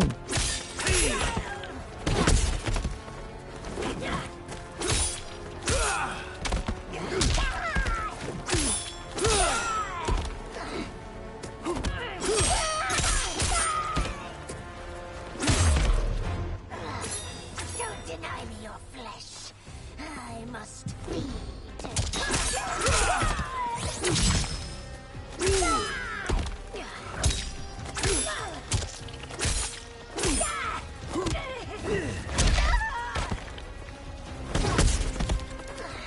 Go again, Johnny. Oh. Ah.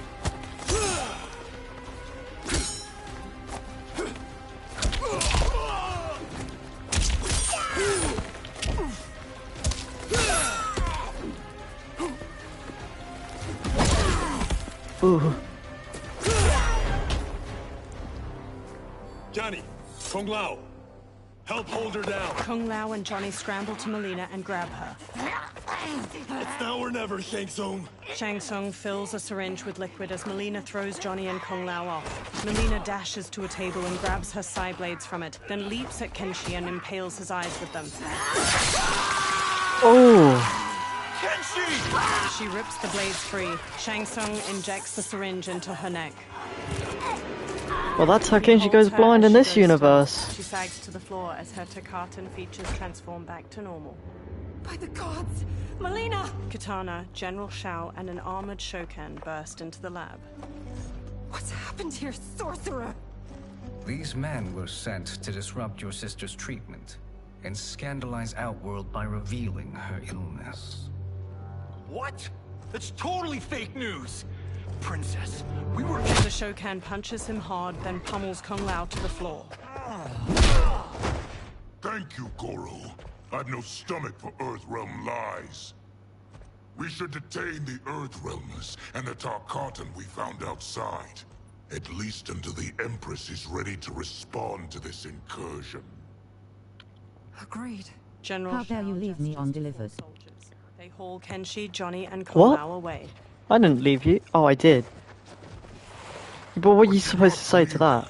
That this incident proves Earthrealm's bad. Okay. We must strike them now to protect ourselves. No. They would not do this.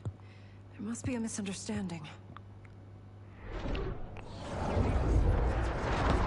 They all turn to a portal made of spiraling green light opening nearby. You could at least have read it.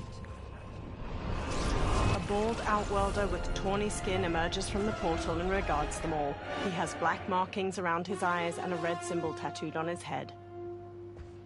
It is no misunderstanding, Princess. It is a confirmation of my prophecy. Left unchecked, Liu Kang will conquer Outworld. He kneels by Katana. I apologize for not arriving sooner to defend your sister. I am glad she received her treatment. The princess is safe, but the threat from Earthrealm remains. Yes. Quan Chi. That's his name. I was trying to remember his name. Soon. Today's events were foretold in the final quatrains of the prophecy. Then I am right. We must act now, Princess. I will take your concerns to the Empress. It is for her to decide. Rain, Tanya, assist me. Rain and Tanya lift Melina from the floor. Rain carries Melina out of the laboratory with Tanya supporting her lolling head. What truly happened here, Sorcerer? That the Earthrealmers interrupted the princess's treatment was happenstance. They were here to capture me for Liu Kang. You? Why? That I must investigate. For now, let us revel in our good fortune. The Earthrealm's serendipitous arrival has given us ample evidence to convince the Empress of the truth of Quan Chi's prophecy. Conflict with Earthrealm is now inevitable. Not necessarily. Why has Quan Chi not got his white paint on? I thought he used to always have his white paint. She will be replaced.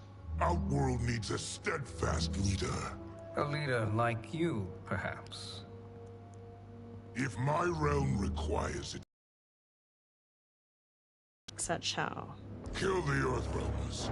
They cannot report back to Liu Kang. Their deaths will also feed the ire between realms. Two birds, one stone. Our benefactor will be pleased. She needs the realms at war, not at the brink of it, in order to conquer them both. Only then will we rule at her side. Before she found me languishing in the mines, I would not have thought such a thing possible. But soon, Sheila transformed us from serfs into scions. Quan Chi stares. Is he gonna at turn them Shang evil Tsung, like he used to do? Before he was killed by Scorpion. Multi-armed Takatan hybrid hangs from manacles chained to the ceiling of a dimly lit dungeon. A fanged face stares out from the creature's chest and tongues stick out from its armpits. Blood oozes from its body and into a drain on the floor. Another creature missing its lower body hangs from manacles. Its guts hang to the floor. Baraka slams on the bars of a cell he stands in. Kenshi sits near him by Johnny's and Kung Lao's unmoving bodies. You've been at that for hours. If you could see, you'd know why. That's not happening, is it? Keep talking, will ya? To keep my mind off this. Tell me about life before you got sick. I was doing well, trading goods up and down the Varta coast. My family was comfortable, happy. Then Tarkat came. It took my wife, then my children. Cruelly, it lets me live for now. I think it enjoys ravaging my body more slowly. Johnny sits up. This hangover. Kenshi. God damn it. How bad's the pain? Excruciating. You saved me. I won't forget that. But you may just regret it. What are you doing? Johnny gawks as he stares through the bars of the cell. Various Takatans dangle from chains in the dungeon, many missing large chunks of their bodies. One spasms as they hang from a torture rack. What in the... When did we take the left turn into survival horror? This is Shang Tsung's real laboratory. We're beneath where we were before. That was a false front. Reminds me of this cheap-ass film I did in my early days. Flesh Pits. God, that was trash. Reptile, a masked man in a green cloak, opens the dungeon's doorway and enters. Who's that? Our jailer. Reptile strides through the broad cobblestone space. By a cell, he stops by a bucket filled with chunks of bone and meat. He throws one of the chunks to a Takatan hybrid inside. The creature grabs it and rips into it with their fangs. Reptile steps to Baraka's cell and looks at Kenshi. How is he? His eyes are gouged out. Guess. Reptile hands Johnny a small jar. That will dull the pain.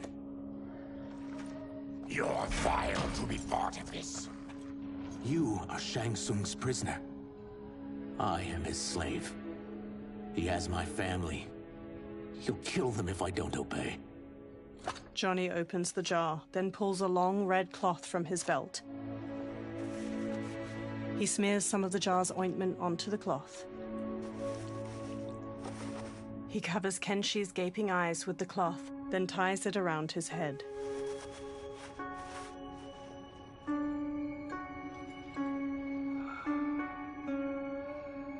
Why did he pick you? That's pretty cool. Apart from the fact that his eyes have fallen out. We saw him do that. It was unreal. So how does it work? You just shape-shift into anything you want? I can shift only between this and my natural form. He shapeshifts into a humanoid lizard. You're Zaterran. Your race can shapeshift. None can except me. He shapeshifts back as light coalesces near him. It resolves into Shang Tsung. He smirks and steps closer to the cell. Are they ready? It's time. Time for what, sorcerer? Replication experiments. They begin with your vivisection. I'll use your harvested parts to build new creations. The process is fatal, of course. Liu Kang won't let you get away with this. That presumes he will ever learn what happened. But when I am done, there will be no trace left of you. I shall return soon to check progress.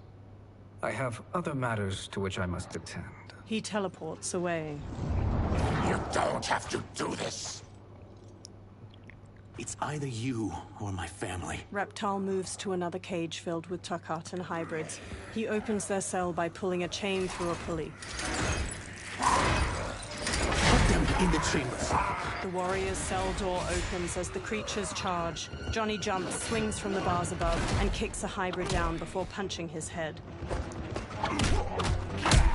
He kicks one hybrid's face before kicking another to the floor. A third rams Johnny into a wall. Kenshi sits in the cell while Kung Lao fights off two of the creatures, and Baraka viciously stabs another's belly before throwing him away.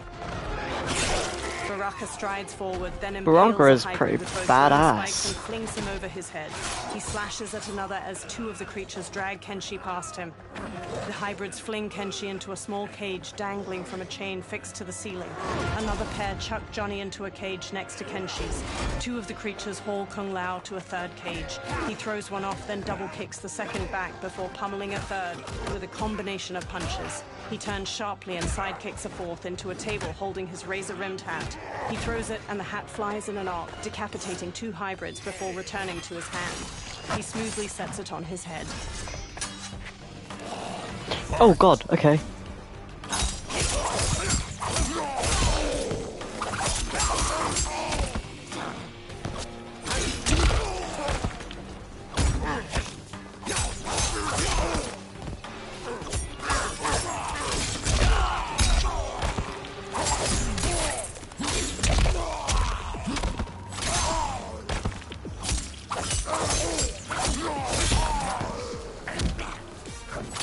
I have no clue. Oh, there's another one.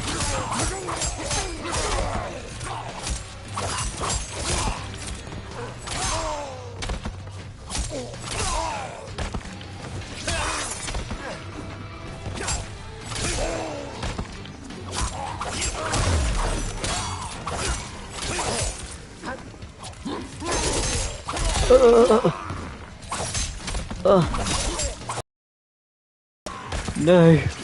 I have so many fights I have to win. You can't beat me.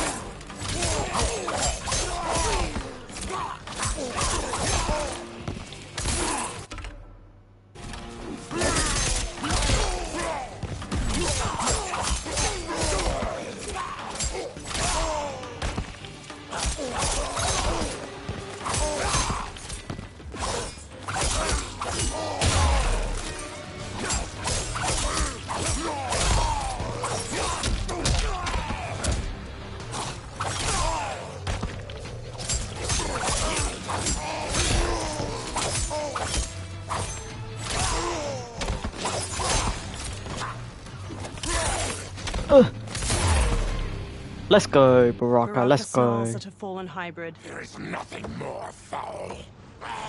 Electricity arcs along the bars of Johnny's and Kenshi's cages. You spoke too soon, Baraka.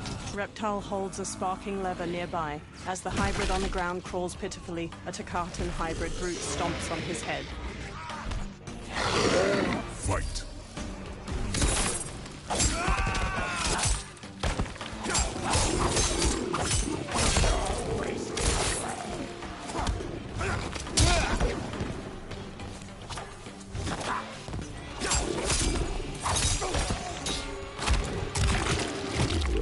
Nom nom nom.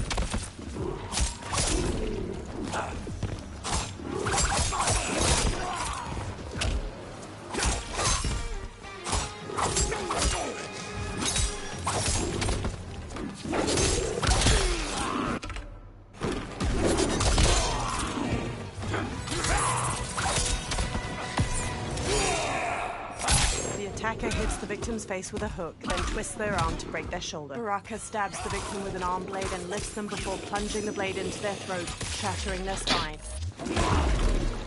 Shattering their spine. Alright then.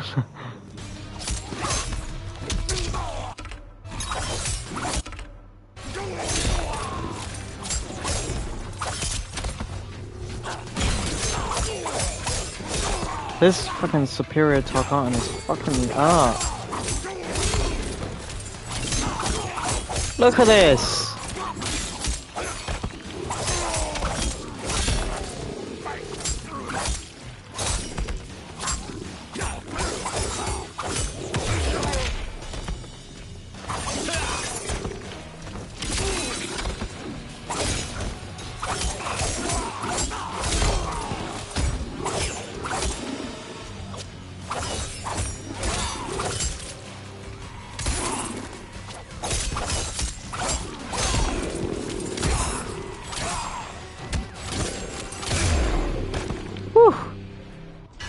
Lifts his head. Enough distractions! Brushing Kung Lao aside, Baraka grips the bars of Johnny's cage. He rips it open, then does the same to Kenshi's. Kenshi stumbles weakly. Johnny and Kung Lao help him along, each supporting his weight with an arm over their shoulders. As they shuffle toward the exit, Reptile walks after them. I'm ruined! Shang Tsung will punish me for this by torturing my family. Baraka narrows his crimson eyes. You'll pay for their suffering, Tarkatan. You'll pay for their suffering.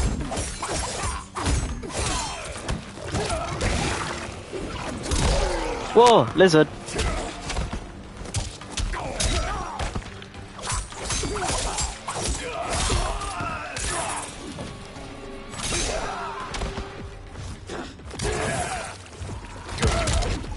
Whoa, big lizard. He's invisible lizard. It's been a while since Reptile's been in a game, bro. Come on, Reptile.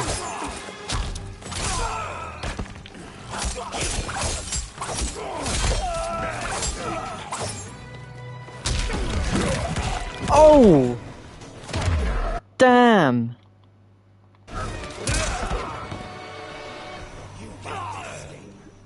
I won't let you.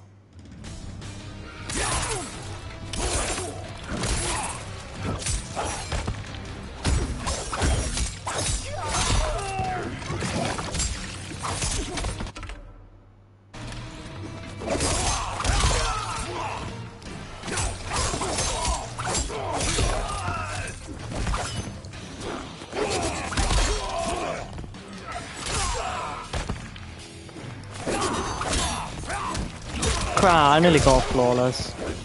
She. Lizard. Lizard. Thanks, Liu Kang. Kung Lao, sorry. We are leaving. Reptile kneels. Then kill me. If I die, maybe you'll spare my family. No, I won't murder you. It's mercy, not murder. Not that what I've done deserves yours. You were protecting your family. I would have done the same. His mask now removed. Reptile stands with sadness in his eyes. Through magical dust, Shang Tsung appears and frowns at the dead hybrids. What has happened here? Johnny takes up center and stands with Baraka and Reptile. Shang Tsung points sharply at Reptile. Size off, you fool. You've let them ruin everything. We're going, sorcerer. And we're taking you with us. Liu Kang would like a word. I cannot be apprehended so easily. Shang Tsung conjures clouds of green gas. Yeah, I got a bad feeling about this. I bid you all farewell. Cheer up, Size Off. I'm reuniting you with your family. They're dead? You killed them? Many moons ago. I do hate loose ends. Reptile's lips curl into a snarl, and he charges the sorcerer, but Shang Tsung disappears in a magical dust cloud. We gotta get out of here. Green gas fills the room as Reptile tries the door. What's wrong? The door must have sealed when the gas was released. Baraka strides toward the door. Stand aside. Test your might. What? Green gas fills the air as Baraka punches the door. Reptile and the Earthrealmers collapse. Damn. Okay, One by one, they succumb. I pressed R2 a bit too. I understand his now. fists clenched against the door, is the last to fall. Test your might. Okay, so I have to spam these. There we go.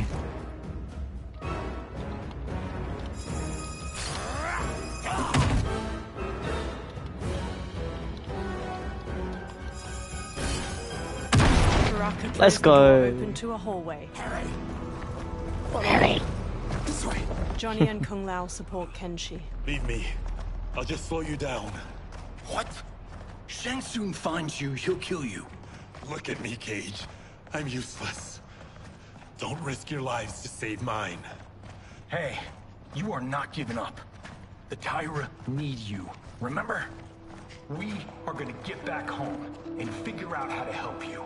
Got it? Baraka and Reptile march ahead, leading the way out of the laboratory and into a bright, clear day. They make their way into a lush forest. We can't linger. We'll be captured. We need help getting Kenshi to the portal at Sundo. I can take you only to the city's gate. Tarkatans are forbidden inside. I'll see you the rest of the way.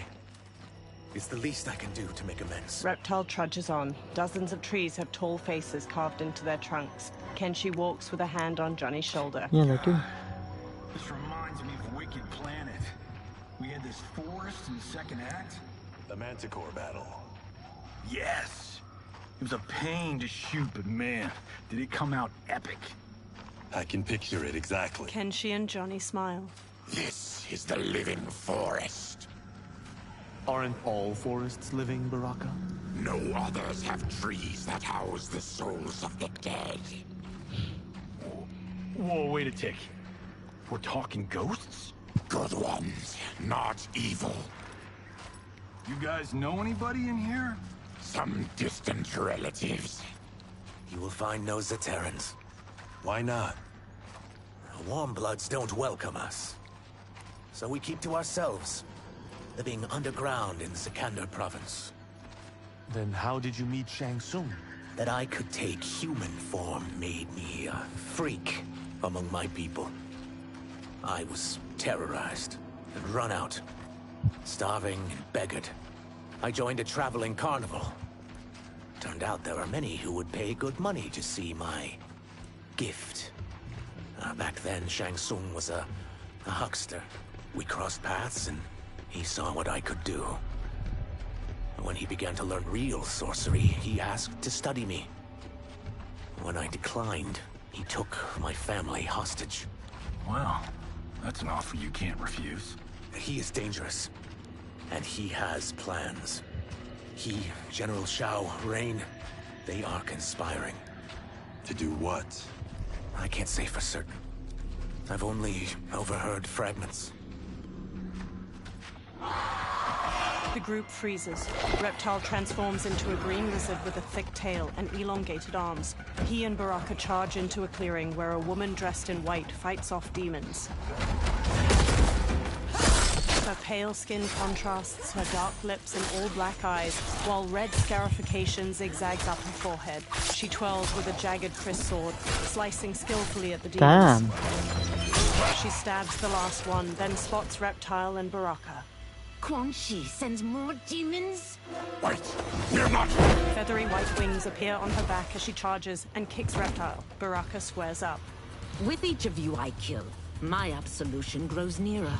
Shedding your blood brings me closer to the light. Fight. Okay.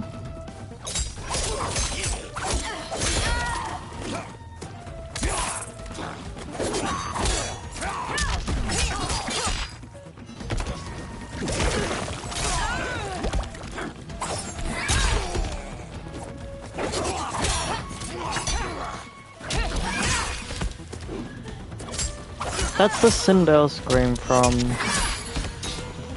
the last game.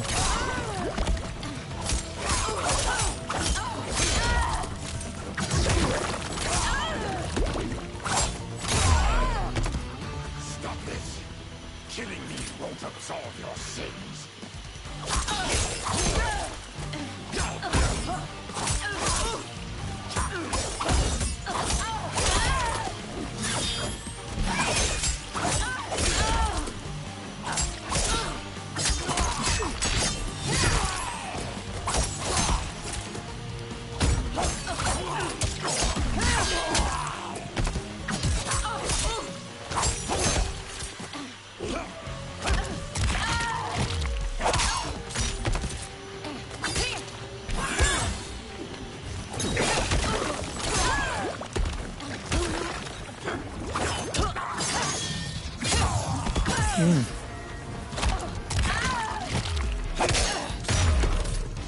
Hasta luego. Whoever you are, we are not demons. Eyes narrowed, the woman picks up her sword. If not demons, what are you? He's a Terran. I am a Denian. Or I was before my Tarkat affliction. Outworlders. Apologies. I'm glad I've caused neither of you permanent injury. Kung Lao treads cautiously into the clearing past a demon's head. Kenshi, led by Johnny, crinkles his nose. What is that? Just keep swimming. So, who's our femme fatale? I am Ashra, demon of the Netherrealm. Demon? You look human. Mostly. And what's a Netherrealm? The monks covered that with us. Did you sleep through every lesson? That one, apparently. Netherrealm's hell, but real. No shit. I appear nearly human because I've purged most evil from my soul. When I'm done, the last vestiges of my demonic form will fade away. Why were the demons after you? They were sent by Quan Chi, my former master. I was part of his Sisterhood of Shadow. He wanted, still wants, dominion over the realms. I renounced him when I realized that I could not help him defile them. And now he wants you dead. Precisely. She smirks. I followed Quan Chi from the Netherrealm here. He's building devices that steal souls on a mass scale. He's testing the first on the dead that reside in the forest. Why steal souls, Ashra? To harness their power. To what end, I don't know. But I do know that it's to aid the designs of another sorcerer. Shang Tsung. Johnny glances at Kenshi. Damn it. That guy's everywhere. You're sure Quan Chi is here? My Chris senses him. Her sword. He's nearby. Nope, no. We're getting you home. We have a job to do. Quan Chi could lead us to Shang Tsung. Your Liu Kang is right. Shang Tsung's a danger that must be dealt with. I will aid you. As will I. Well, I guess the eyes have it. Motion carries. Ashra, lead the way. Johnny gestures magnanimously. With a friendly smile, Ashra leads them deeper into the living forest. Ashra's jagged Chris sword glows white as they walk onward. Quan Chi is close. The emanations of his They've got all evil sorts of allies now. Netherrealm, Outworld, and Earthrealm. perfect ally. As I smite the evil it finds, I am further purified. Now I've done steps, so I'm all for self-help. But since when does a demoness want to be less evil? I had spent eternity damned to the Netherrealm. I had assumed that's all there was to existence. But then I saw Earthrealm, saw Outworld, saw there was a better way to live, and that to have it, I needed to cleanse my soul. My sister demons were furious at my change of heart. Kia and Jataka were the first to hunt me. Ashra frowns. Quan Chi is also a demon? Actually, he's an Outworlder. But he mastered the dark magic needed for unfettered travel to my realm. A large insect hovers near Reptile's face. His tongue flicks out to catch it, and he hastily stuffs its spindly legs into his mouth. Any idea how he buddied up with Shang Tsung? They share a common benefactor. She plucked them both from obscurity, taught them everything they know. I've never met her, but there's no question that she is a sorceress beyond compare. The Chris sword glows brightly, emanating a golden aura. Quan Chi is near. Quan Chi stands on a wood platform where a twisting statue of skulls glows with green light. 4 onlookers hold red gemstones. I am ready for your contributions. A woman with bat-like wings steps forward. Ornate silver finery weaves along her thighs and midriff. Excellent, Nitara. I need yours as well. A Saidan man with black hair and deep scars on his chest looks up. Darius and I have been thinking, sorcerer. Do not try to renegotiate, Havoc. We need proof that you'll deliver.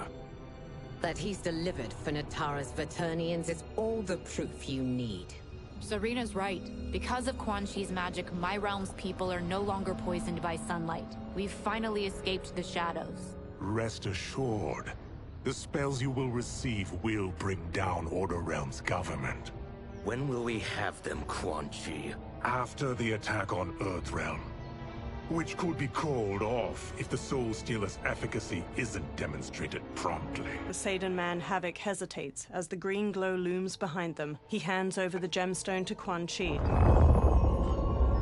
Quan Chi's eyes widen. Nearby, Ashra steps forward from her new companions. Their gazes are all fixed on the platform.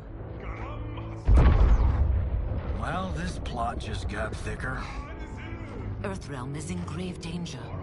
Just one Soul Stealer can kill hundreds of thousands. If he unleashes a battery of them, millions will die.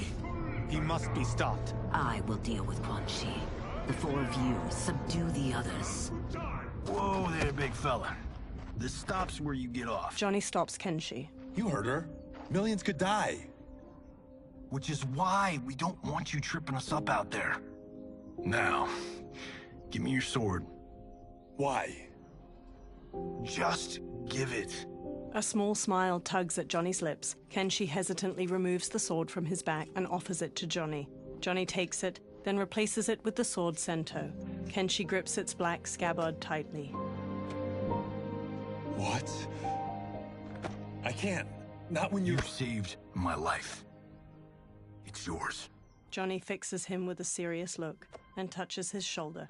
Kenshi squeezes Sento, thumbing its golden detailing. At the Soul Stealer, Quan Chi casts green magic from his hands. Natara spots Ashra's group charging in. Quan Chi! They stop before the platform as Quan Chi turns. Yet again, you evade capture, Ashra. And now it appears you've found allies. We are joined against you, sorcerer. You won't be stealing any souls. Ashra flourishes her sword and charges in. Natara flies forward to meet her, slashing with red claws. Baraka bowls into havoc, and they brawl with clenched fists. Kung Lao kicks at the demon woman Serena, who parries him with swift ease and counters with a gut punch. Johnny exchanges blows with Darius, a Saidan man with dark umber skin and orange sunglasses. Ashra manages to slice Natara's arm. That blade's enchanted. It was forged to destroy evil. It's slain many of your vampire kind. We can't help what we are. That we feed on blood doesn't make us evil. Fight!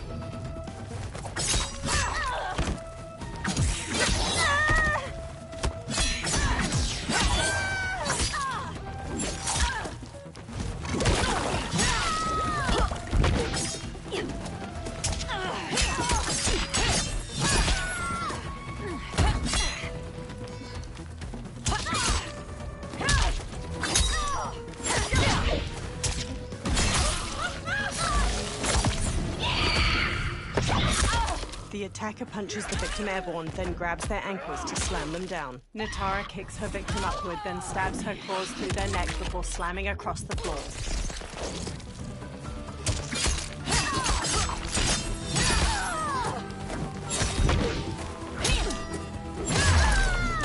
Is that your best, demon? You'll need much more.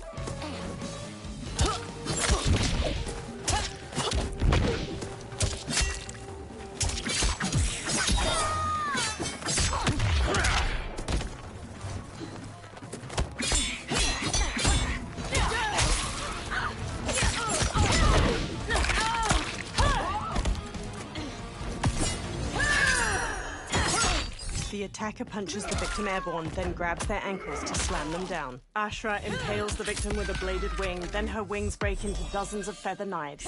She slashes with her kris as the knives pierce them.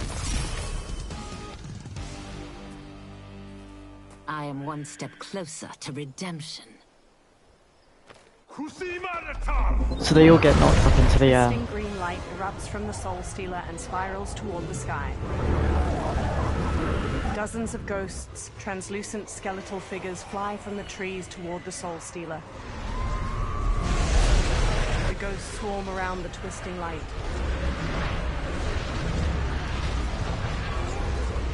Johnny gazes up at the ghosts with the others, all awash with pallid green light.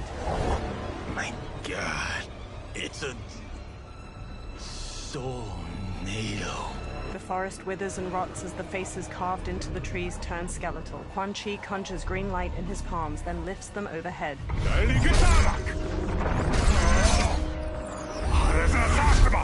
Teeth gritted, Quan Chi thrusts his hands to the Soul Stealer and channels green magic into the Soul Nado.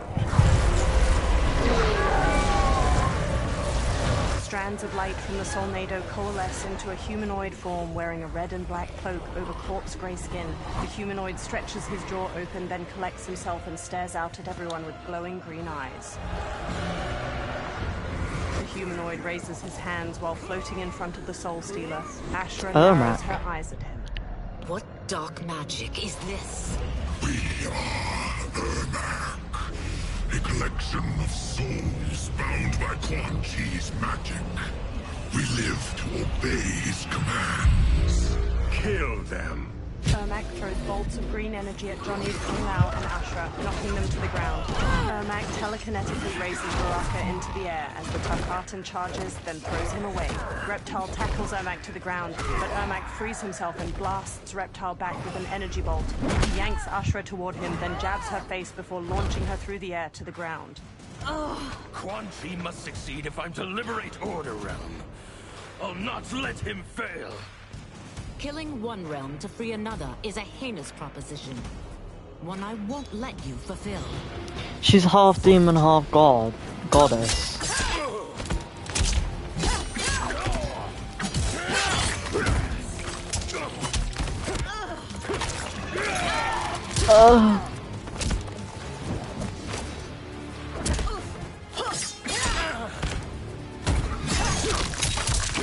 Oh, I got a purple sword.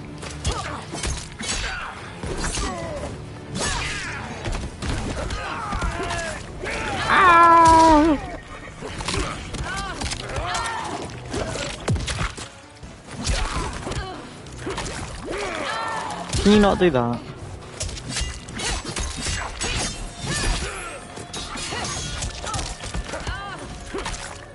He's doing it again.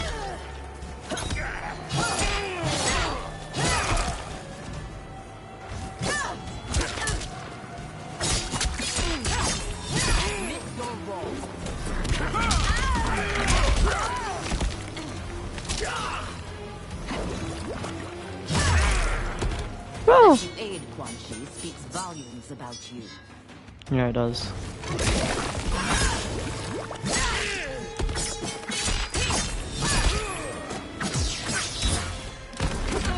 It's a ranged attack.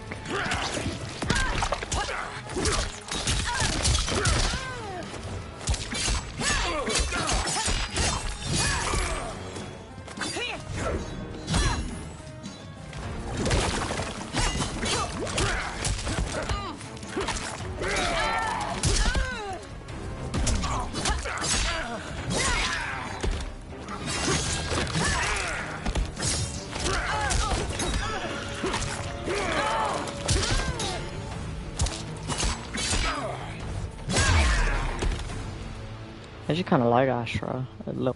Take your chaos elsewhere. Ashra hacked through Quan Chi's flaming skull with her kiss. I always feared you would be trouble, Ashra. You are not compliant like your sisters. And now they're dead by my hand because you sent them against me. I'll never forgive you for that, Quan Chi. Yeah. You silly bitch.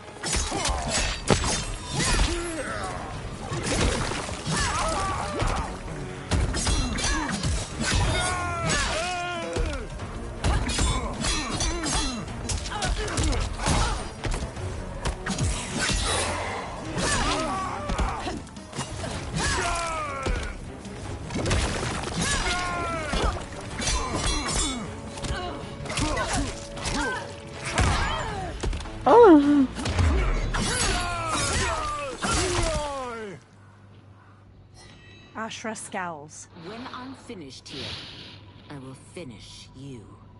She flings her Chris at Ermac. He stops it telekinetically. Ashra grabs the Chris and slashes at him. Ermac weaves around her attack, then blasts her back. Johnny kicks his head, then Ermac smacks his face, making him stumble away. Ashra spins while slashing at Ermac. He evades her, then slams Reptile into the ground as he charges. He levitates Ashra into the air and hammers her down. She lies inert. Ermac throws a fallen log at Reptile and Baraka, then floats Johnny up and slams him into the dirt. He raises Johnny again and flings him away. Johnny goes still. Kenshi raises Sento, face hard. I can't let them die. He charges Ermac. Ermac launches him away. Sento pierces the ground. Kenshi gradually sits up. He frantically feels around the ground. Dim lighting reflects on Sento's sleek blade. What? Who is that? Your ancestors. Come to us. Kenshi crawls to Sento.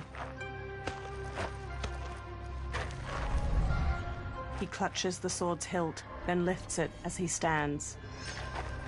In this, your time of need, the terror will not fail. Blue light shines from Kenshi's eyes and bleeds out past his blindfold. He sees Ermac speed through the air to him. He dances around Ermac's punches, then runs Sento through his chest. Blue light flares from Ermac's eyes and mouth and starts to get sucked into the blade. Then he blasts Kenshi away. He tosses rocks at Kenshi, but Sento floats in the air and deflects each of them. Kenshi gently takes the hilt. It siphoned his souls. It now has his power. Ashra runs over. That was unexpected. You're telling me. Shall we finish this? Let's. Ashra and Kenshi face Ermac with the Chris and Sento at the ready. This fight's not over. I'll defeat all of Quan Chi's minions. We are many. You are one. We will destroy. Oh, he used to say you cannot hope to survive.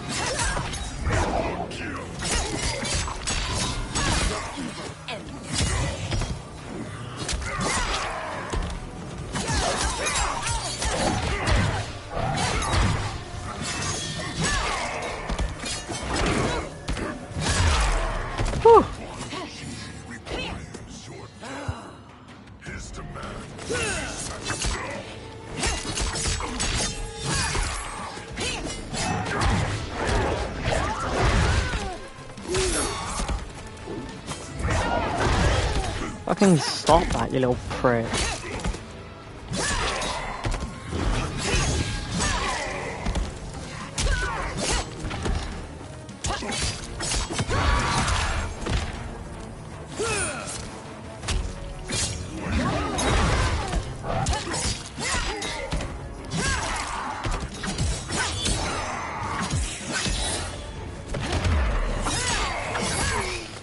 Slice and dice, pussy. The sword wielders win. Resistance is never pointless. We are many. You are one. We will destroy you. What's wrong with him? Combat must have weakened the magic that binds his souls together. Sinel, I'll find you. Ermac sags to the ground. What was that? Watch him. I'll shut down the Soul Stealer. Ashra dashes to the Soul Stealer. She plunges her Chris into its red gem, making it split. Quan Chi raises a hand to her. The gemstone splits and releases energy that launches Ashra away. The ghosts pour out of the Soul Stealer. One flies to Quan Chi and grabs his head. The ghost sucks blue energy from his face, turning his skin ash Oh, white. Then that's how he vanishes. turns Quan Chi white. staggers back before collapsing. They took his soul.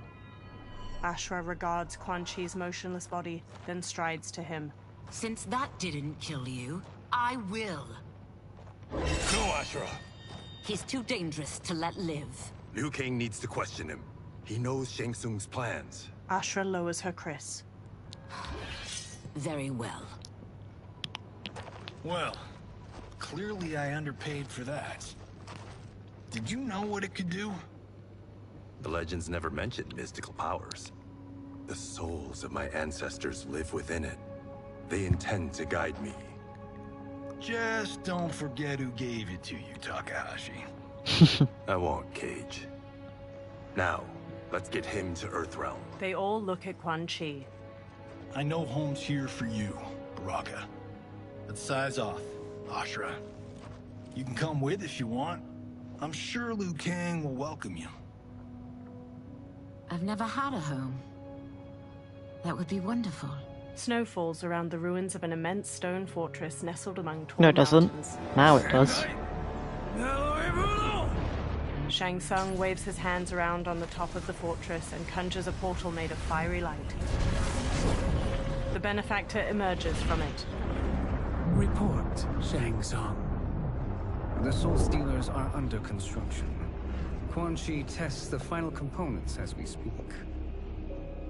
And the army will obey your every command, once it's been fed sufficient souls.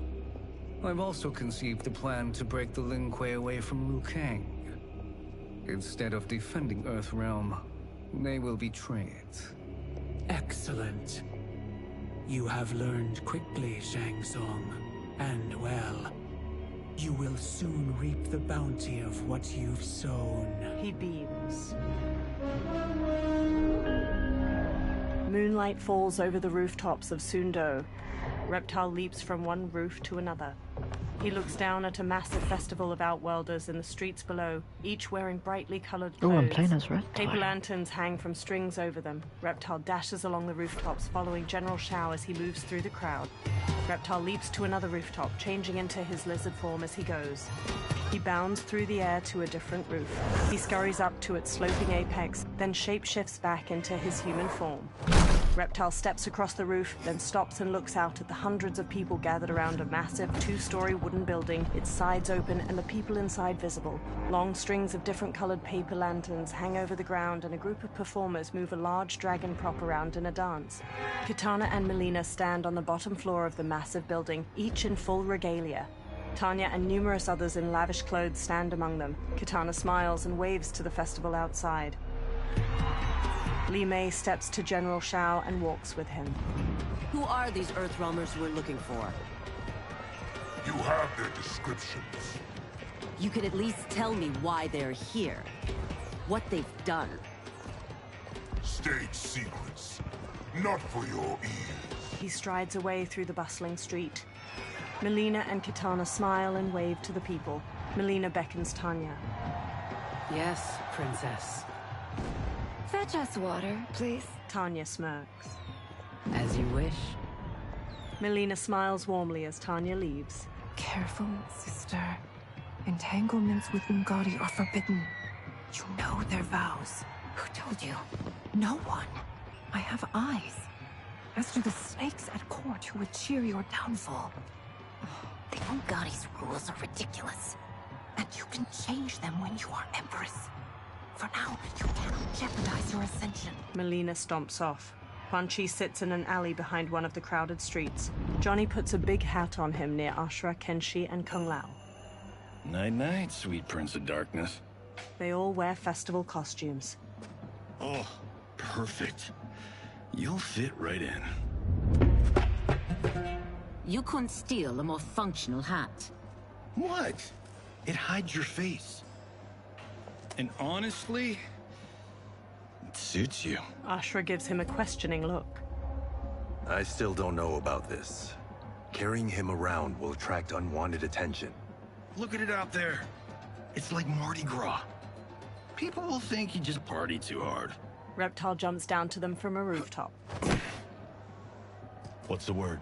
Go toward the stage, then right to the portal gate. But there are soldiers and constables everywhere. Are you sure these are enough? One person spots us, and we are dead. That's why I'll create a diversion. They're out for you too, Syzoth. To catch me, they must see me. Reptile turns invisible. Damn.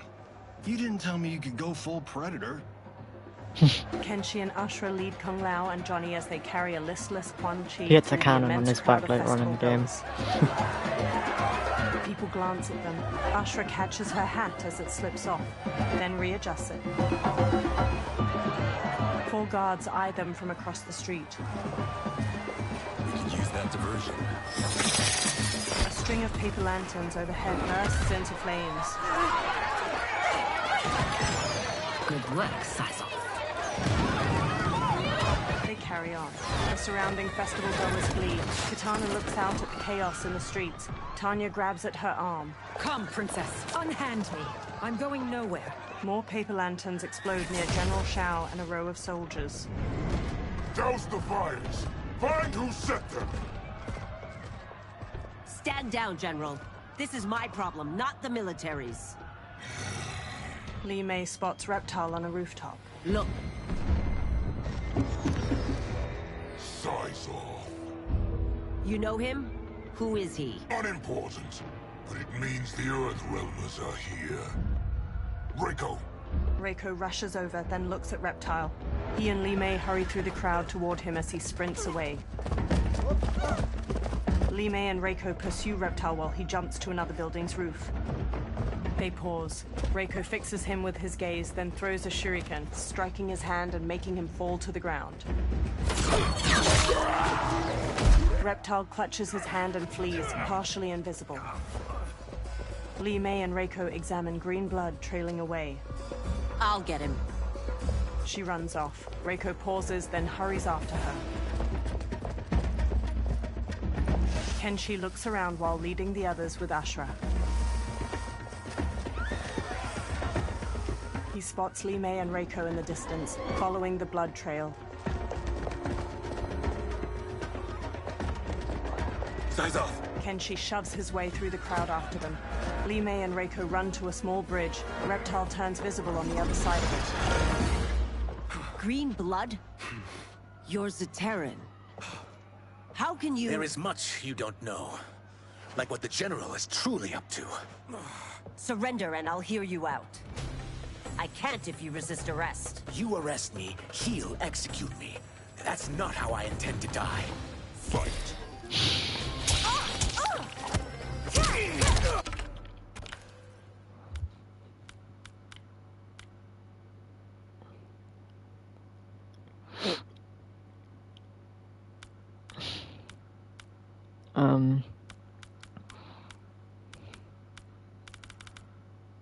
Squares and triangles starts, okay.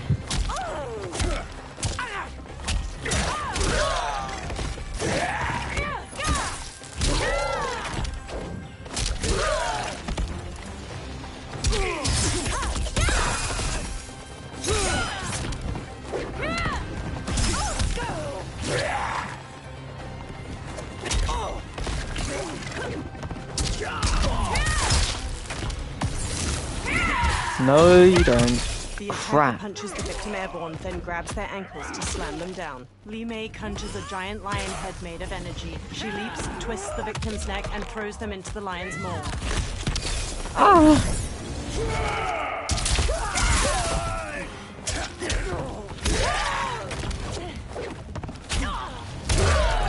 Okay, I just had to kill him off. Let me pass.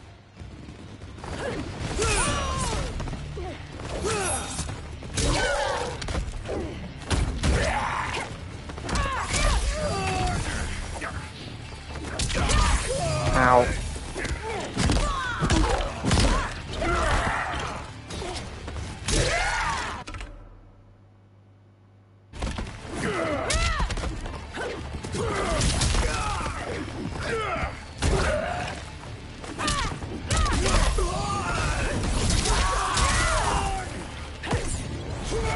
This is gonna get cancelled. The Nope. attacker jabs the victim with 3 strikes, then knocks them away with an elbow to the head. Reptile's tail ensnares his victim to ragdoll them around. He then crushes their chest in his maw.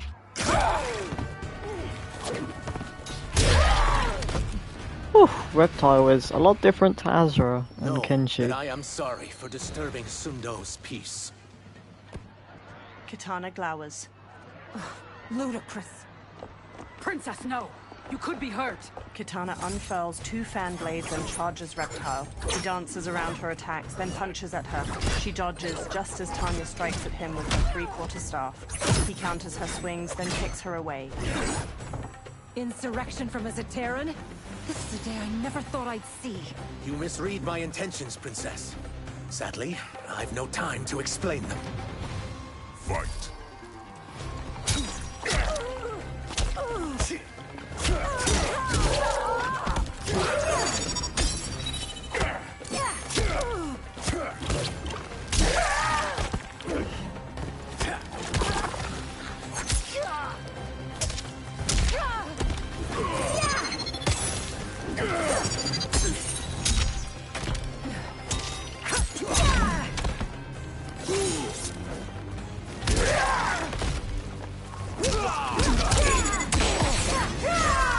Shit.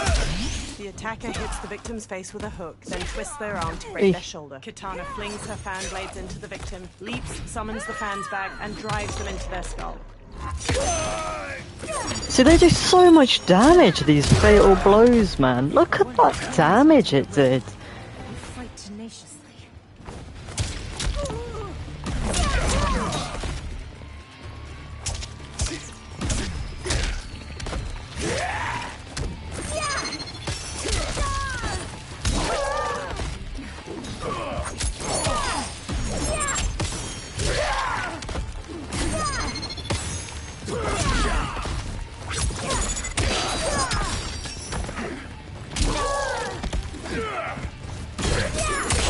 Ugh.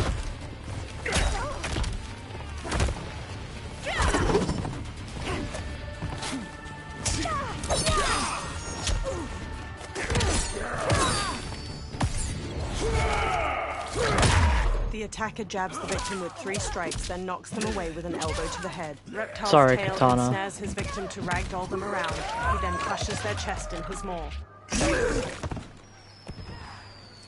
Soon, you will know the truth. Tanya gets to her feet.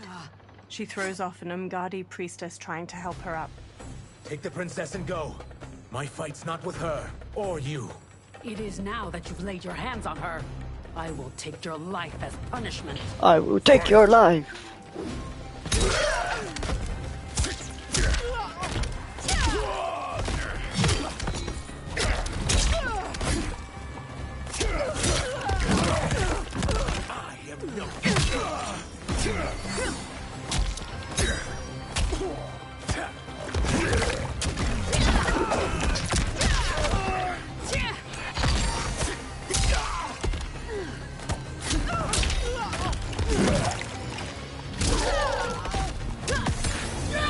No, don't hit me, Tanya. The victim with 3 strikes, then knocks them away with an elbow to the head. Tanya bolts forward, leaving her staff lodged in the ground. Ugh. She leaps to kick the victim's face through the staff. Ugh. I have attacked the princess. This need not continue.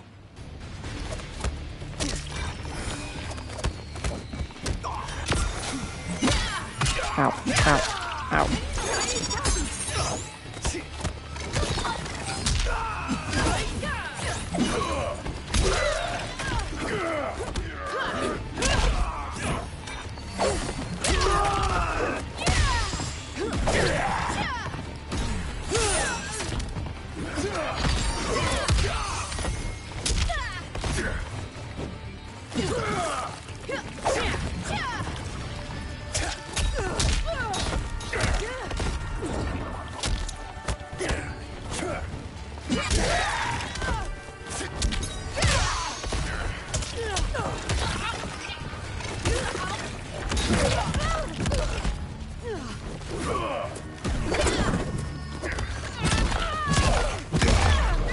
God, that's a lot of blood for one woman to get smacked down on.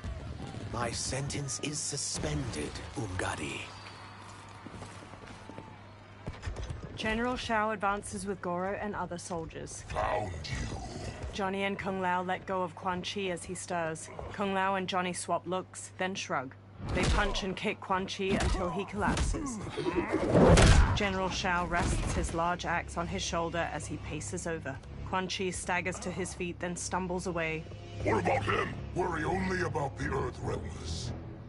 If this was one of my movies, we'd get saved by a plucky comic sidekick. Reptile and Kenshi zipline across a rope leading from one roof to another. They land by them. If we die today, we die together. Not comic, but definitely plucky. Johnny sidekicks Goro, then Goro grabs his arm. Ashra parries the swords of several soldiers and counters. General Shao brings his axe crashing down on Reptile. He dodges, then shifts into his lizard form and bashes Shao away. It's unlike Shang Tsung to leave loose ends. Now that I'm free of him, I'll reveal your conspiracy to all of Outworld. You'll do nothing of the kind. Dead men tell no tales. Oh, but I'm not a dead man, buddy. You are. Oh! Goro!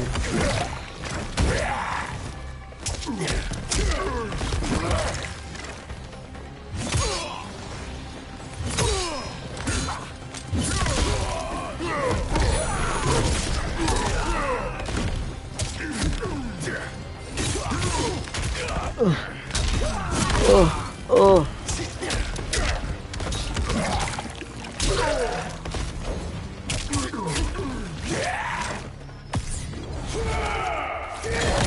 The attacker jabs the victim with 3 strikes, then knocks them away with an elbow to the head. Reptile's tail ensnares his victim to ragdoll them around. He then crushes their chest in his maw.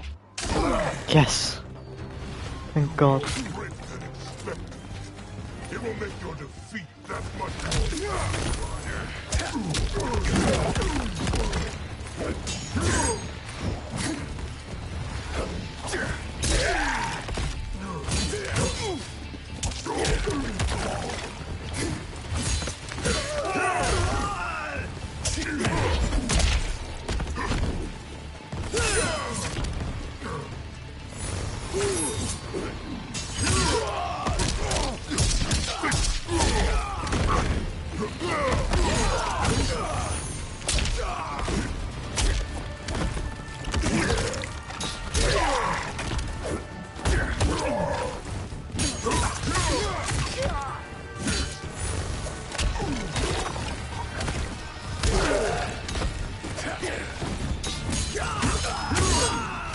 Please live. Yes! Woo! You won't silence me, General. Kenshi, Johnny, Kung Lao, and Ashra knock down the remaining soldiers. More soldiers rush over. We must go. Now! Johnny punches Goro as he gets up, then flees. A portal opens by Liu Kang's temple. Kung Lao, Ashra, Reptile, Johnny, and Kenshi hurry out of it. They turn back to the portal, fists raised. It shuts. Liu Kang approaches from behind. Johnny, Kenshi, Kung Lao, you have safely returned. He looks at Kenshi. By the Elder Gods. We had a run-in with Princess Melina's inner demons. She took my sight, but Sento, in its own way, restored it. I am glad that Sento bonded with you. Though my hope was that the means would be different this time. This time? Forgive me, Kenshi. I misspoke. Go. The monks will tend to your wounds. We found Shang Tsung, but he got away. I can see why you're twitchy about him. He's neck deep in some serious shit. Rest. Eat. Then we will discuss. Can I also get a martini? Shaken, not stirred? Liu Kang smiles. I'm sorry. Meet the newest members of the Earthrealm players. We wouldn't have made it back without them. Astra and Syzos. You know us? As Earthrealm's protector, there is much I know. Do you also know of my former master, Quan Chi? He colludes with Shang Tsung. A new deadly alliance? Come, all of you. You must tell me all you know. Liu Kang leads Reptile and Ashra away. Johnny stands alone. He bows his head. Well, so much for that martini. He walks after them. Liu Kang and Geras pace around Liu Kang's brazier in the ornate wooden room. Shang Tsung and Quan Chi again conspire against Earthrealm? What Johnny and Kenshi report should not be possible. You witnessed how I rewrote history. I gave the sorcerers meaningless lives. They should have never gained power, let alone join forces. And your work was flawless. Such would their lives have been, had someone not interfered. Interfered? What do you mean? Geras conjures images of the benefactor with both Quan Chi and Shang Tsung. Liu Kang examines the images. Both sorcerers were visited by this person. It is her intervention that bent the arcs of their lives. Who is she? Unknown. Her identity has been obscured from the hourglass. Who could have that power? Is it Kronika? Somehow resurrected? Impossible. Titans once destroyed cannot be revived. Then someone else must have survived the previous timeline. Someone with a vendetta against me. It is the only plausible theory. Well, The benefactor circles Quan Chi. it's not Cetrion. Cetrion You must determine its validity, Geras. The fate of the gave her realms soul, may depend on didn't it. she? Sub-Zero paces killed near herself. Scorpion and Smoke as they sit on a bench in a large room illuminated by lamps on the walls. How long are we expected to linger? Patience, Bihan. There are many demands on Liu Kang's attention. Were he here, Father would advise us to wait without protest. But now he is gone, and I am Grand Master. His teachings did not pass with him. They should still guide us. Guide us, yes. Shackle us, no. We can't abandon tradition. Mind your place, Tomas. Father may have taken you in, made you one of us. But your blood will never be Lin Kuei. Kung Lao and Raiden approach. Kung Lao bows. Lord Liu Kang can see you now. It is about time. Sub-Zero, Scorpion, and Smoke watch Liu Kang move a metal figurine across a map on a table. Shang Tsung is here, at the ruins of Ying Fortress. His soul stealers are already under construction. You must destroy them, and capture Shang Tsung before either can inflict harm upon Earthrealm. We will leave immediately. And we will join you. You are not Lin Kuei. You would only hinder the effort. Raiden and I are more than... We're trained differently. It takes years to master our ways. You and Raiden have my full confidence, but you are needed elsewhere. Go to the Wuxi. The monks must prepare you for war. Sub-Zero stands on a cliff with Scorpion and Smoke Dun, while peering dun, through a spyglass dun, at dun, Shang dun. Tsung's ruined fortress. The only way in is over the walls. We must find a less guarded section before attempting an ascent. Finally, we face a worthy foe. Victory will bring us glory. Glory? We fight for duty. Does our father's ghost possess you? All I hear is his voice. We must honor his vision, Bihan. Vision is what he lacked. He was blind to our superiority. We settle for defending Earthrealm when we could help lead it. Our clan doesn't govern. It serves. That is our past. It won't be our future. Smoke and Scorpion trade looks while Sub-Zero marches off. Smoke slowly hovers in a tornado of smoke, ascending behind Sub-Zero and Scorpion as they climb the rampart. Scorpion uses his kunai-tipped rope dart as a grappling hook, while Sub-Zero uses ice spikes to pierce gaps in the immense stone wall and haul himself up. Scorpion yanks his rope dart out of a wall after reaching the top of the rampart with Sub-Zero.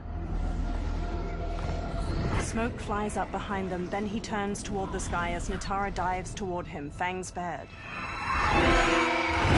She rams him, knocking him out of his smoke tornado and sending him plummeting to the ground far below.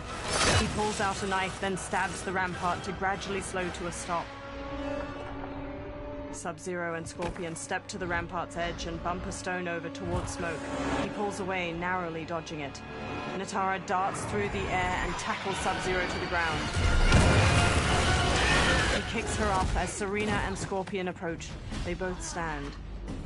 As a boy, I heard tales of battles against your kind. I had fought them tall ones. All Earthrealmers will soon know of Eternus. My realm starves, and it's coming here to feed. Fight.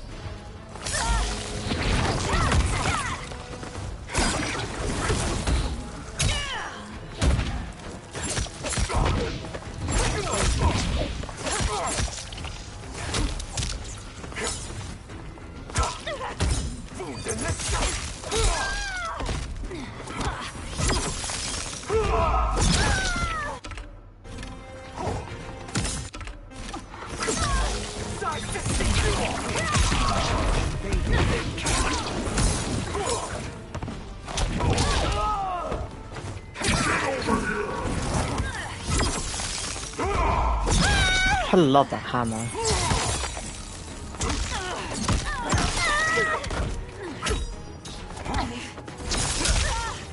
Okay. I need to look at his moves anyway. Squares, walking towards them, triangles, squares. Okay. You've overcome me. Think again.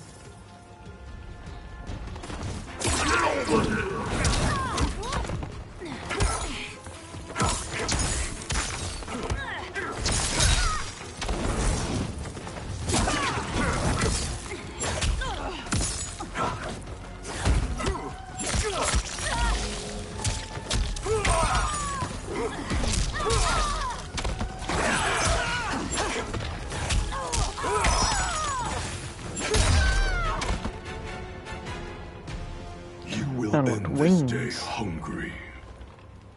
Telekinetic energy grabs Sub-Zero's legs. Is this? Ermac flies to him. We are charged with defending the fortress. None will escape us. Telekinetic energy grabs Sub-Zero's arms and forces them out to his side. Test your might. Oh, what? Crap. The telekinetic energy shines around Sub-Zero's arms as they get ripped off. Oh. Blood gushes from the stumps. He sags to the ground. He lies inert. Yeah, I didn't mean to press R2 that early.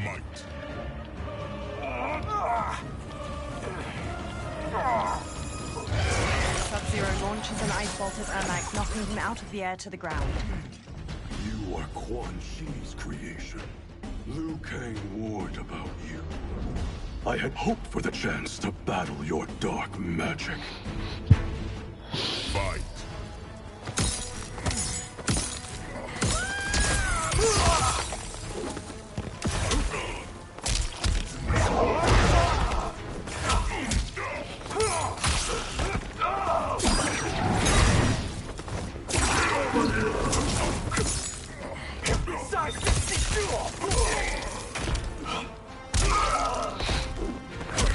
Ow. Ow. Ow.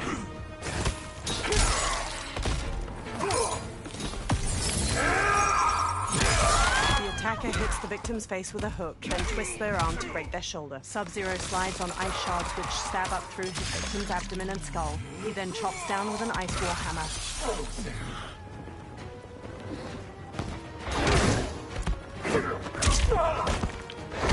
I thought he was going to be dead. Liu Kang was overly concerned. Your magic doesn't.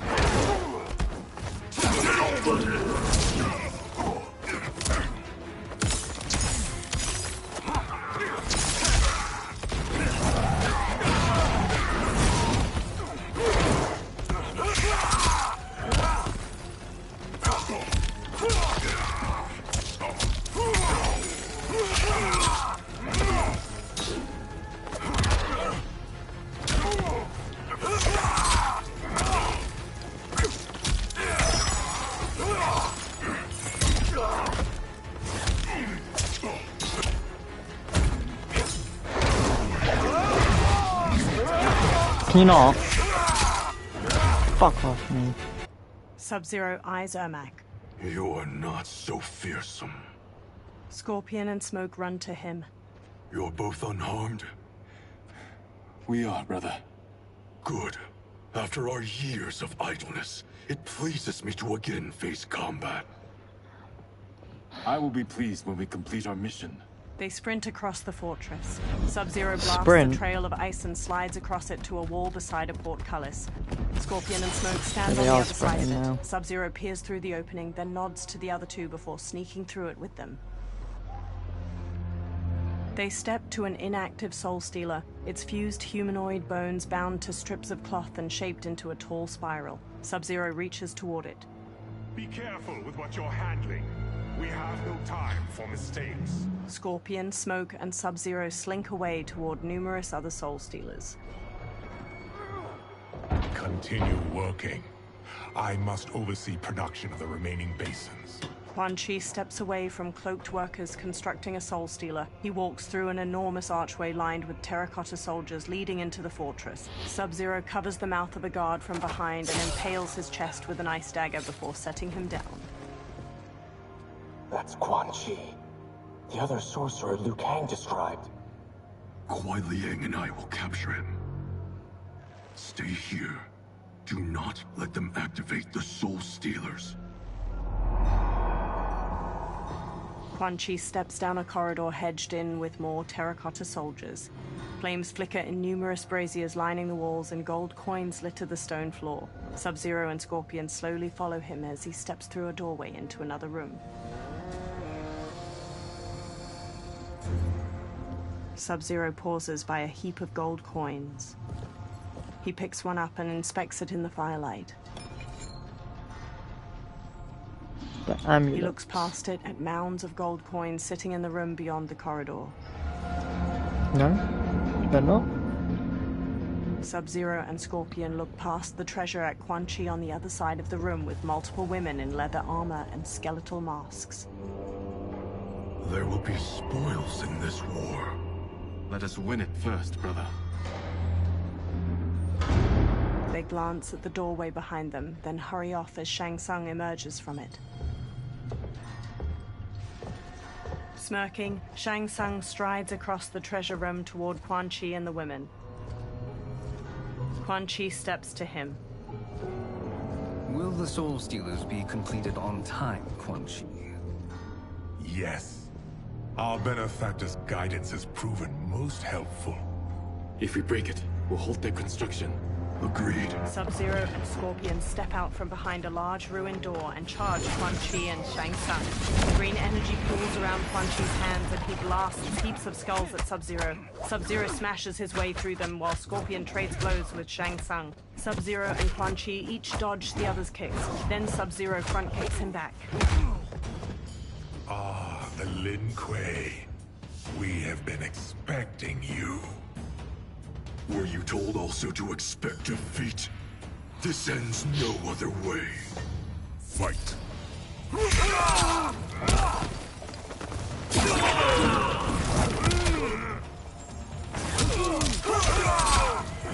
Shivering yet.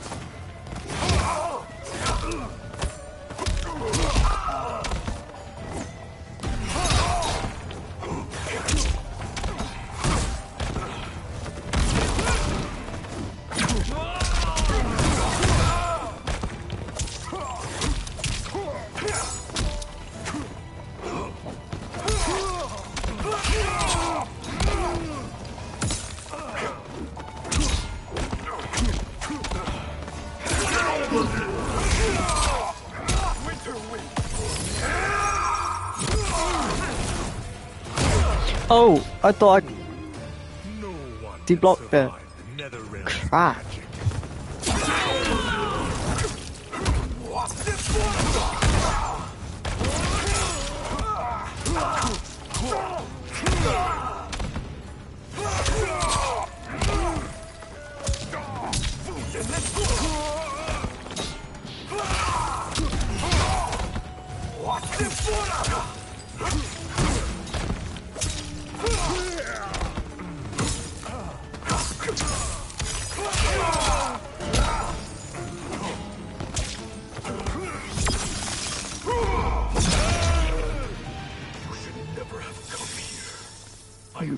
Never have combies.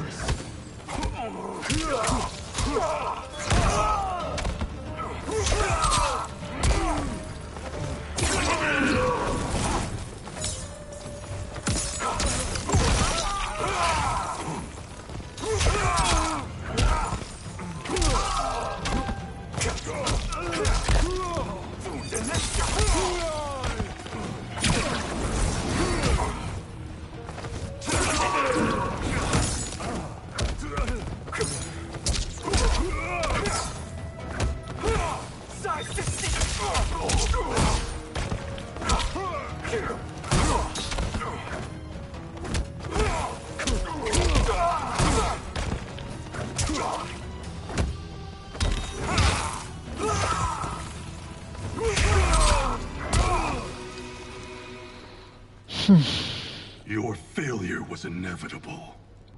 Scorpion evades Shang Tsung's knife hand strike, then jabs his gut and sidekicks him back. Shang Tsung shoots a fire skull at a giant pile of coins and jewels behind Scorpion, sending it sliding down and burying the warrior. Sub-Zero shoots an ice beam, but Shang Tsung blocks it with a shield of fire. This is so unnecessary. What I can offer you, you won't decline. Unless it's your surrender, I am not interested. Fight.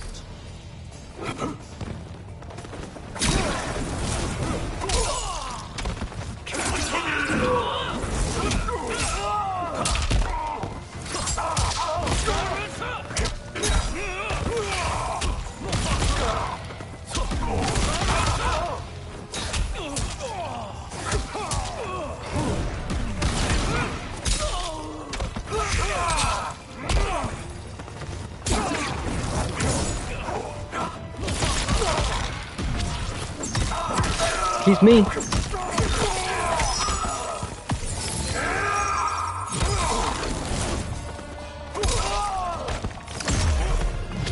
Persist and I shall rethink my offer.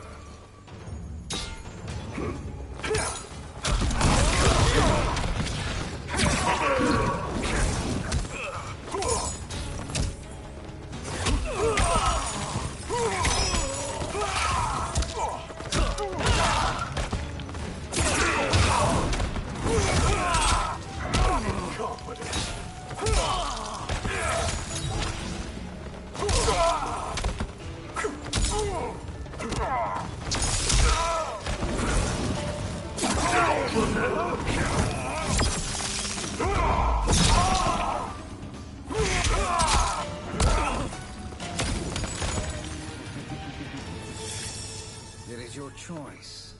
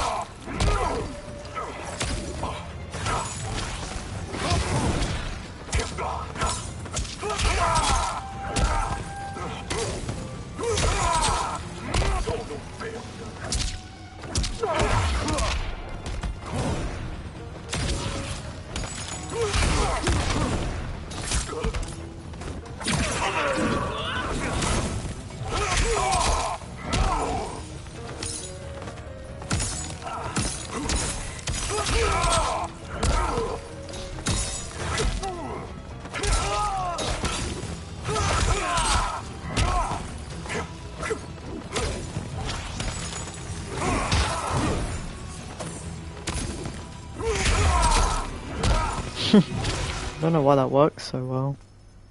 I had hoped for a worthier enemy. Sub-Zero steps to Shang Tsung's body and conjures a large axe made of ice. Scorpion watches him raise the weapon, but he stops when guards pour in from the doorway. One shatters Sub-Zero's ice axe with his sword, and another jump kicks Scorpion. Sub-Zero grabs a guard's arm and twists it around so his sword cuts another's throat. Scorpion weaves around one guard's sword, then throws him into a second. A guard bashes Sub-Zero's face with his shield, knocking him down. The guards quickly grab him and Scorpion, then force them to their knees. Shang Tsung staggers to his feet. He dusts himself off, then steps to Scorpion and Sub-Zero. Perhaps now you wish to entertain my offer. How would you know what I value? We're strangers to each other. I know that you wish to break free of Liu Kang's control, to gain your clan unrivaled power. I offer the means to do both. Ignore him, brother. He promises only corruption. Grandmaster, I am sure you're asking yourself, can I afford to trust a man I have never met? But the true question you must ask is, can I afford not to? Sub-Zero stares at Shang Tsung. Geras stands before a giant hourglass and shifts his arms around. Sand weaves through the air, then images of the benefactor and Shang Tsung appear in the bottom of the hourglass. And you were meant for war, to live among kings, not peasants. But since before you were born, you have been conspired against by those who fear how formidable you could become. I am your deliverer, Shang. Do I get to play as Geras? And I will put the realms at your feet. Geras examines her. Who are you? He steps closer to the hourglass. Impossible. Shao, Shang Tsung, and multiple soldiers usher Scorpion and Sub-Zero forward, their wrists bound by manacles. My realm and your clan have much in common. We both feel the pull of Liu Kang's leash. Once Outworld rules Earthrealm, you will be free to remake the Lin Kuei in any manner you see fit. Bihan, don't listen! We must stop them, not— Silence, Kuai Liang. But brother— Obey your Grandmaster. Can you win this war? Soul Stealers are deadly, but they're not enough. You only think so because you don't understand their true purpose. Explain. Emperor Ying built this fortress during one of Earthrealm's most turbulent periods.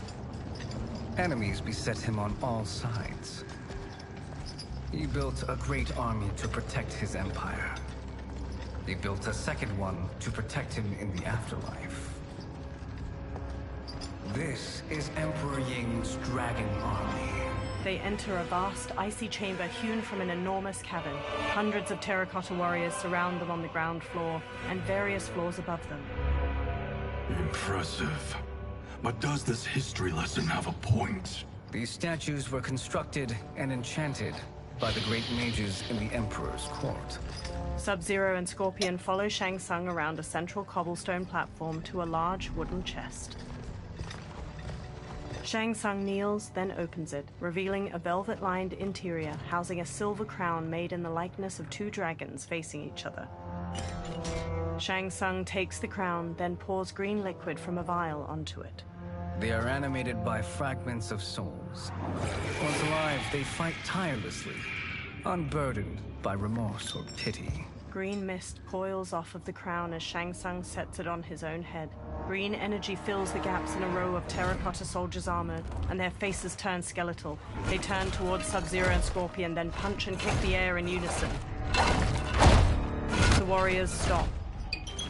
As our ally, you will be given command of several battalions.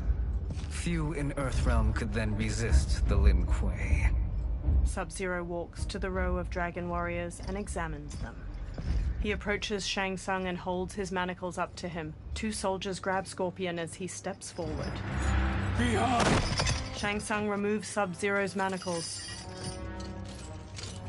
How could you? Father would turn in his grave if he saw this! He was a doddering old fool. He did us a favor having that accident.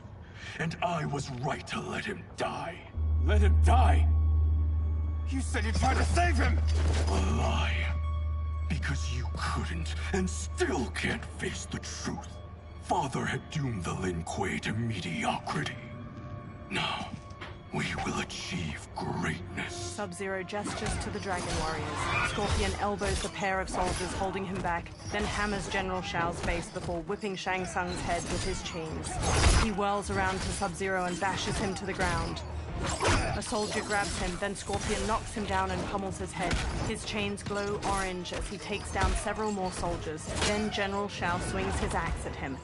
Scorpion ducks under the attack, then snatches the axe with his chains, tears it from General Shao's hands, and flings it away. He whips Shao's face with his chains, then Shao backhands him. Scorpion maneuvers behind Shao to wrap his chains around his throat, jump onto his back, and strangle him.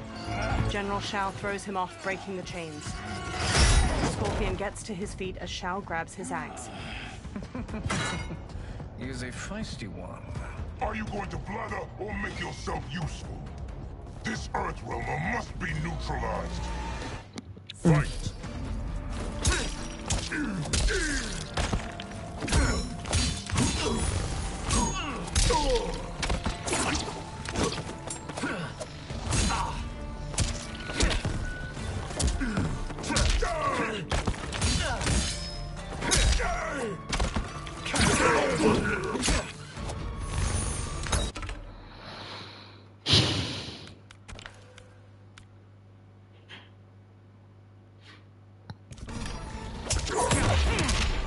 Wow.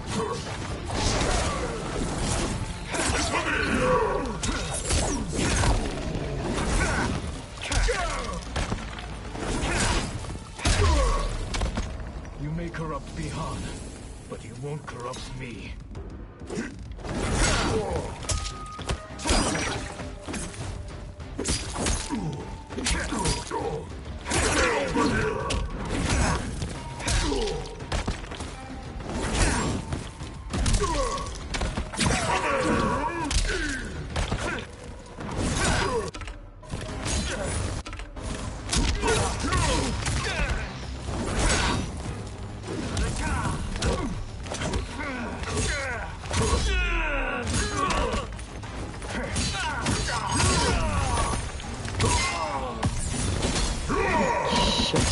The attacker jabs the victim with 3 strikes, then knocks them away with an elbow to the head. General Shao's axe bashes the victim into the air. He leaps and slams the axe to cleave their ribs apart, then dives to stomp them.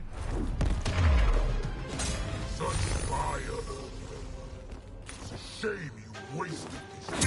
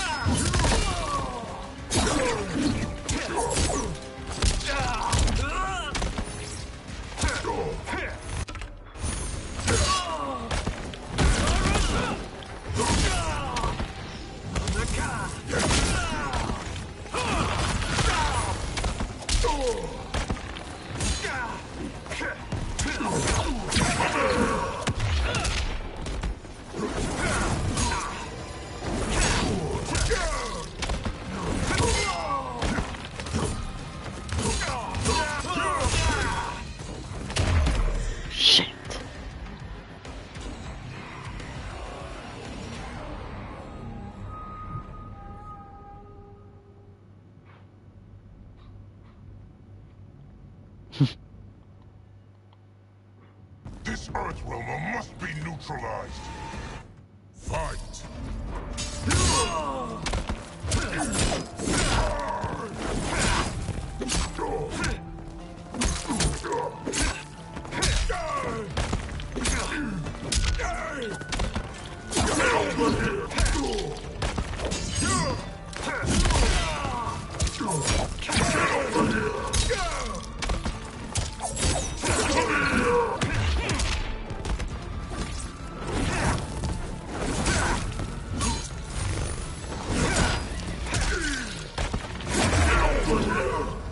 You may corrupt Bihan, but you won't corrupt me.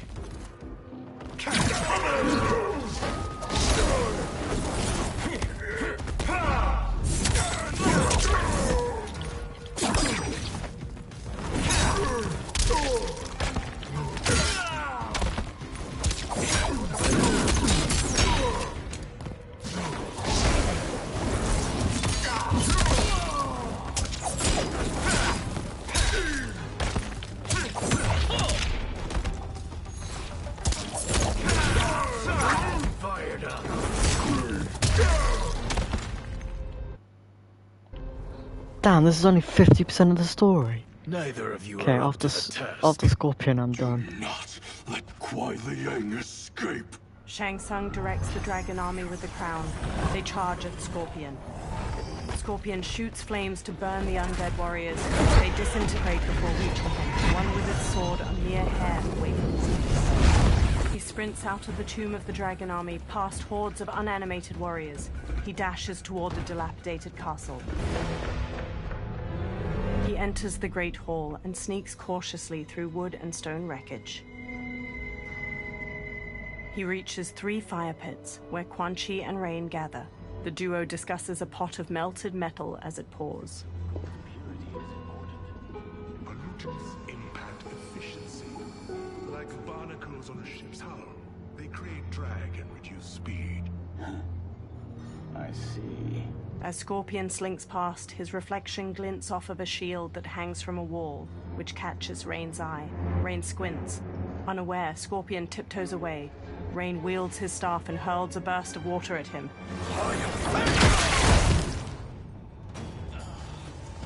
So you've declined Shang Tsung's offer. I assume your brother has not. The sorcerer tempted him into forsaking his oath. He can be convincing, can't he?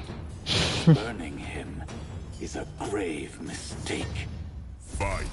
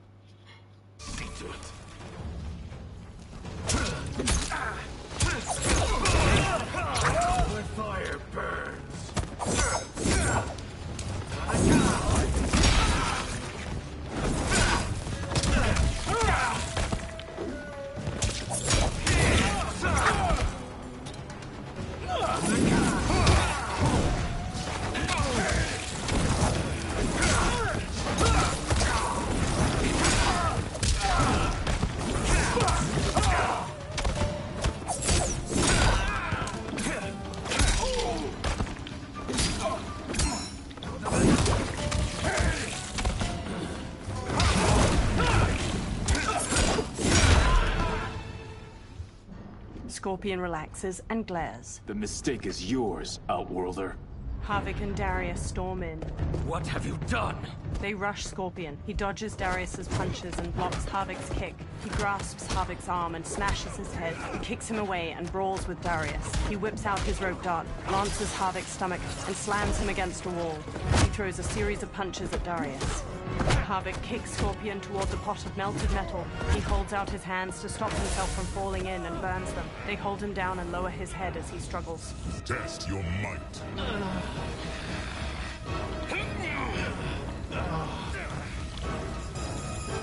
Scorpion headbutts Darius and strikes Havik. He elbows Darius away. He grips Havik by the neck and shoves his face into the boiling metal. He releases and Havik covers his face with his hands. Havik staggers away, dripping blood that sizzles when it hits the ground. Havik turns to reveal his disfigured face. His nose and lips have dissolved, and his charred teeth are exposed from his blistered jaw. I am not finished. For burning me, you'll burn in the Netherrealm. Fight!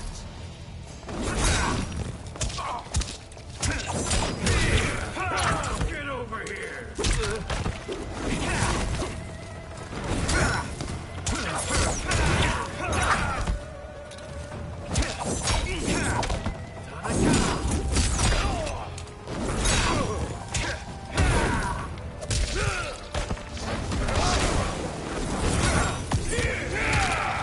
Oh.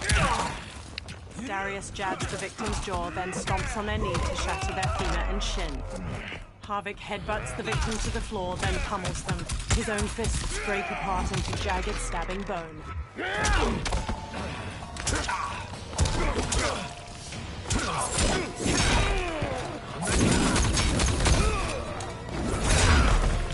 Desist, or I'll scorch the rest of you.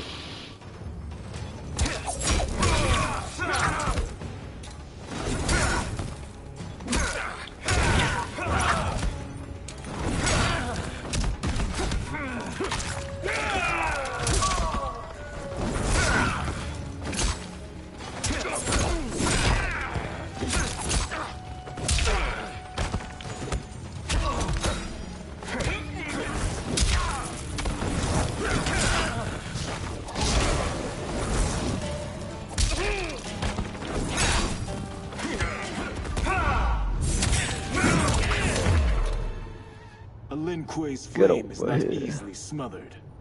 Split up! We must find him! Scorpion bolts out of the castle alone. In the outer courtyard, a sharp wind carries snow onto the sloping roofs of various buildings.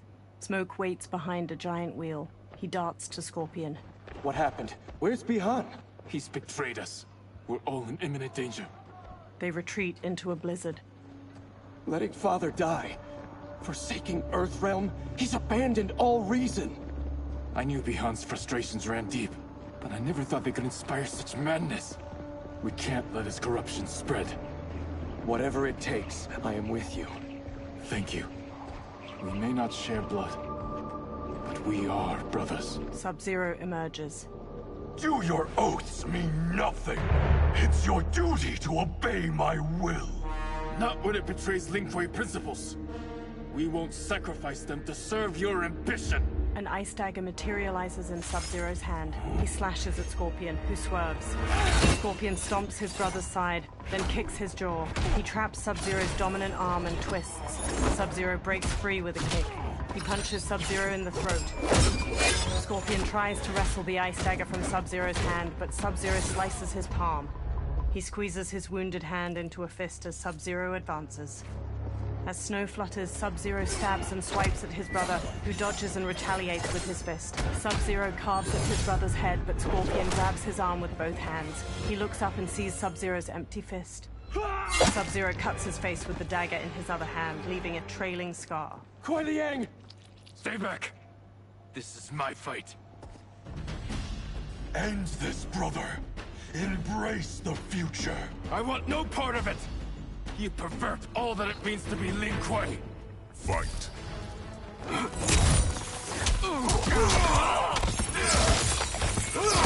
You're telling me I don't get smoked out, even though he's right here.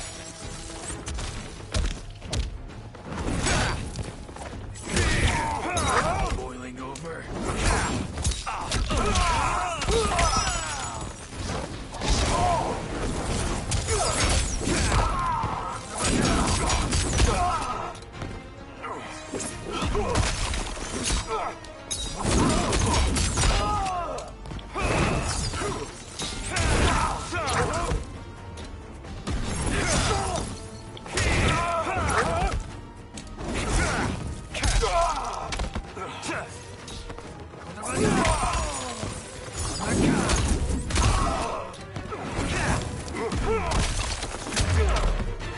You disgrace our family and clan.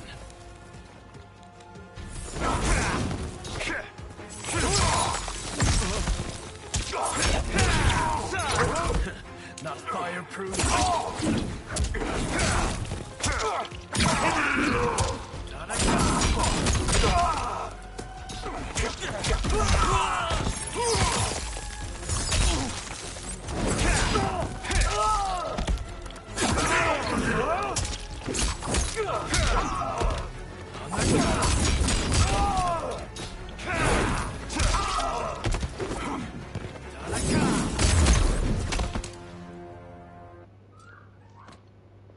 You are my Grandmaster no longer. Scorpion kneels. What are you doing? Once he's exposed, won't you be made Grandmaster? You forget Cyrax and Sector. Their loyalty to Bihan is absolute. They'll sooner abet his corruption than follow me. We must chart a new course. One that both honors our father's legacy and serves Earthrealm. He stands behind Smoke. Help me. We can't leave him here to aid Shang Tsung. Later, Scorpion rushes into the surrounding woodland with Smoke, shouldering Sub-Zero's comatose body. They halt and watch 4 columns of green light flare from the Yin Fortress ruins, swirling into the clouds. Simultaneously, at the Wuxi Academy, Liu Kang studies the same Soulnados. How did you achieve this, sorcerer? Behind him, particles of sand dance with shards of light. The small sandstorm forms Geras. You arrived not a moment too soon, Geras. What have you learned? In scrutinizing Shang Tsung's first meeting with his benefactor, I made an important discovery. Her life essence, the very time crystals that make up her being, are not of this timeline. Not of this timeline? How could someone from a previous timeline enter this one? That cannot happen. If that cannot happen, then what has happened, Geras? There are no other timelines than those that have come before. All evidence points to the presence of a second timeline, which exists concurrently with ours. 2 timelines, side by side, moving forward simultaneously? Never in a billion lifetimes have I seen this. But that does not make the other timeline any less real. There can be no doubt that Shang Tsung's benefactor hails from it. And who she is, why she's here, where she's from.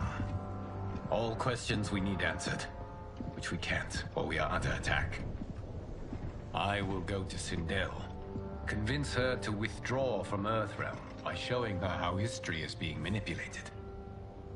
That will require revealing to her your prior role as Keeper of Time. The situation gives me no choice.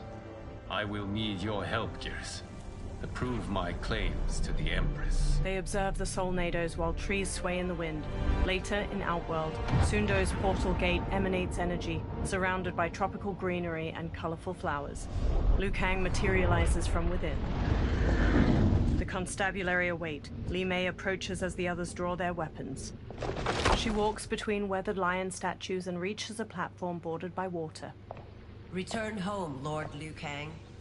I am to let no one pass. I must see Her Majesty. She must call off her attack on Earthrealm.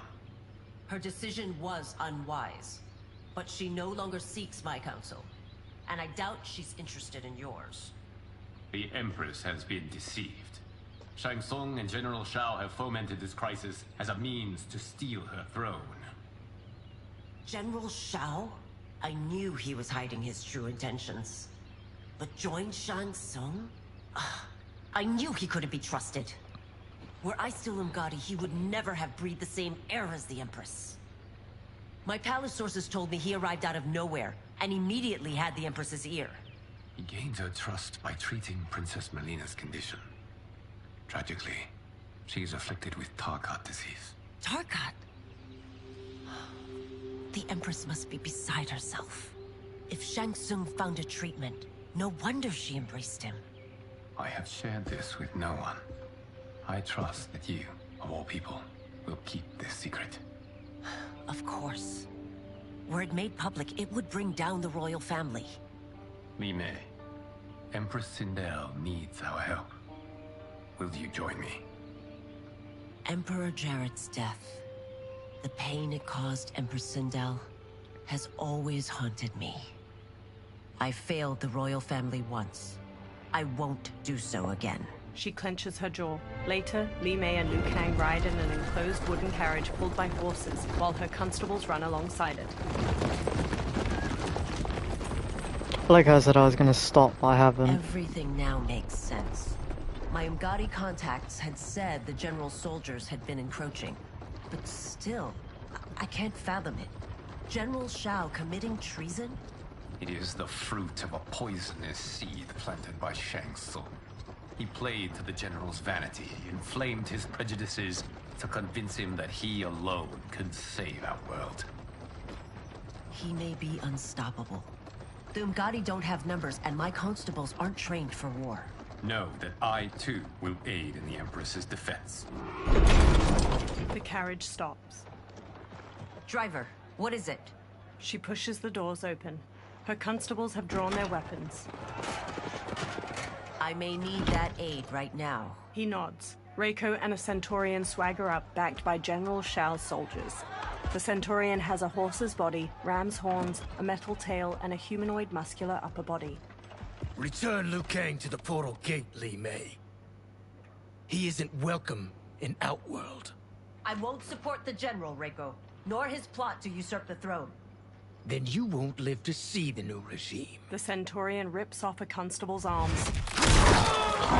Oh! He stomps his victim to the ground with heavy hooves. Reiko slashes constables with a knife. He rolls and stabs a constable in the throat. Blood spurts as he yanks it out. He flings the blood off his knife. Li Mei shuts the doors. They have us surrounded.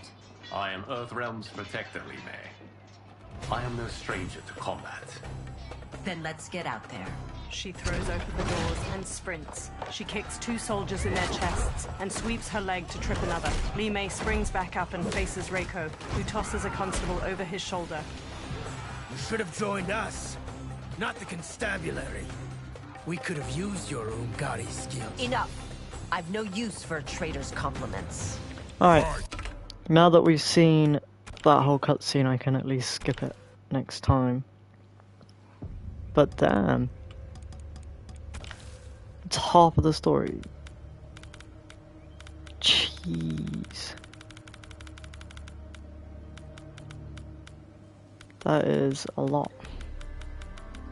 Chapter 15 has a lot of one hero as well. I have 4 Li Meis. Okay.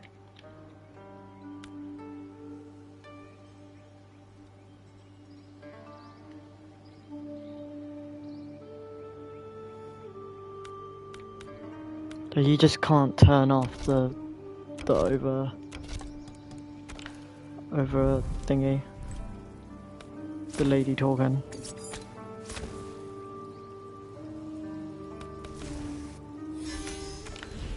This lady is sick. I like her.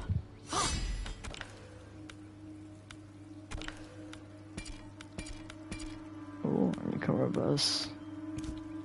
The colors, okay.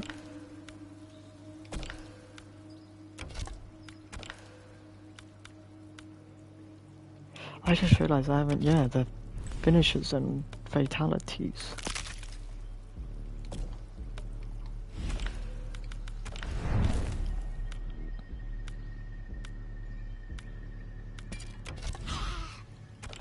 Well, the ones look like, they look like that, okay.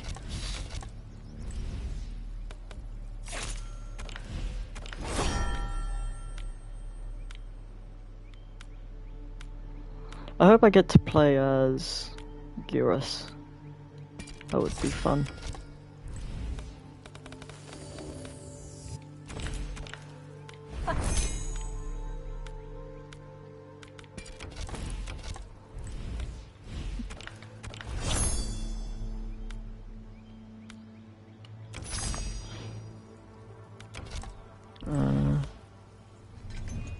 Shao Kahn.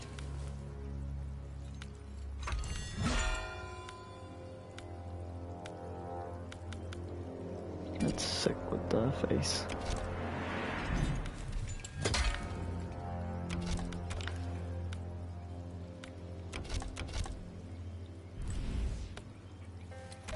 You get to play as Sindel still, okay, that's cool.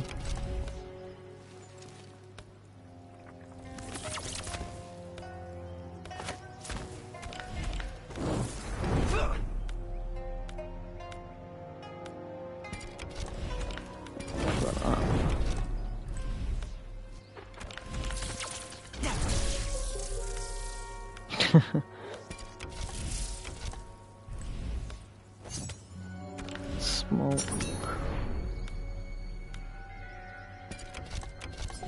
There's some characters I'm glad to see again.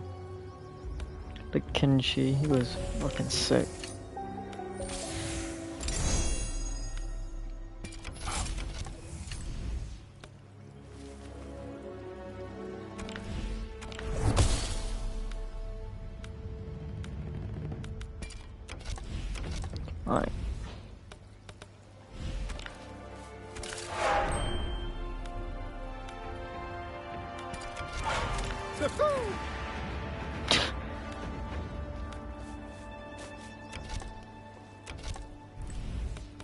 Did I look at this? Did I get a palette for him as well? Yeah, I did.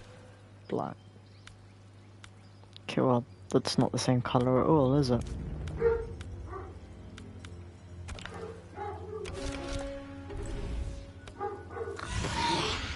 Alright. Was that rain? God. Now I have to go back again. Yeah, it was, okay.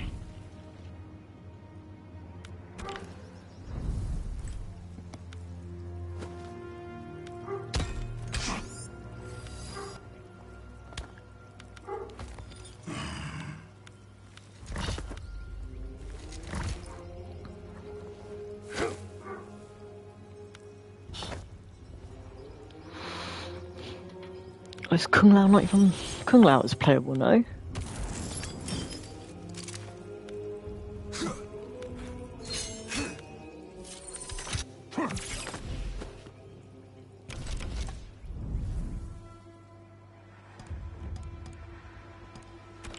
I swear Kung Lao was playable. He's not. Oh, here he is, he's right there. Making it look like you just can't play it.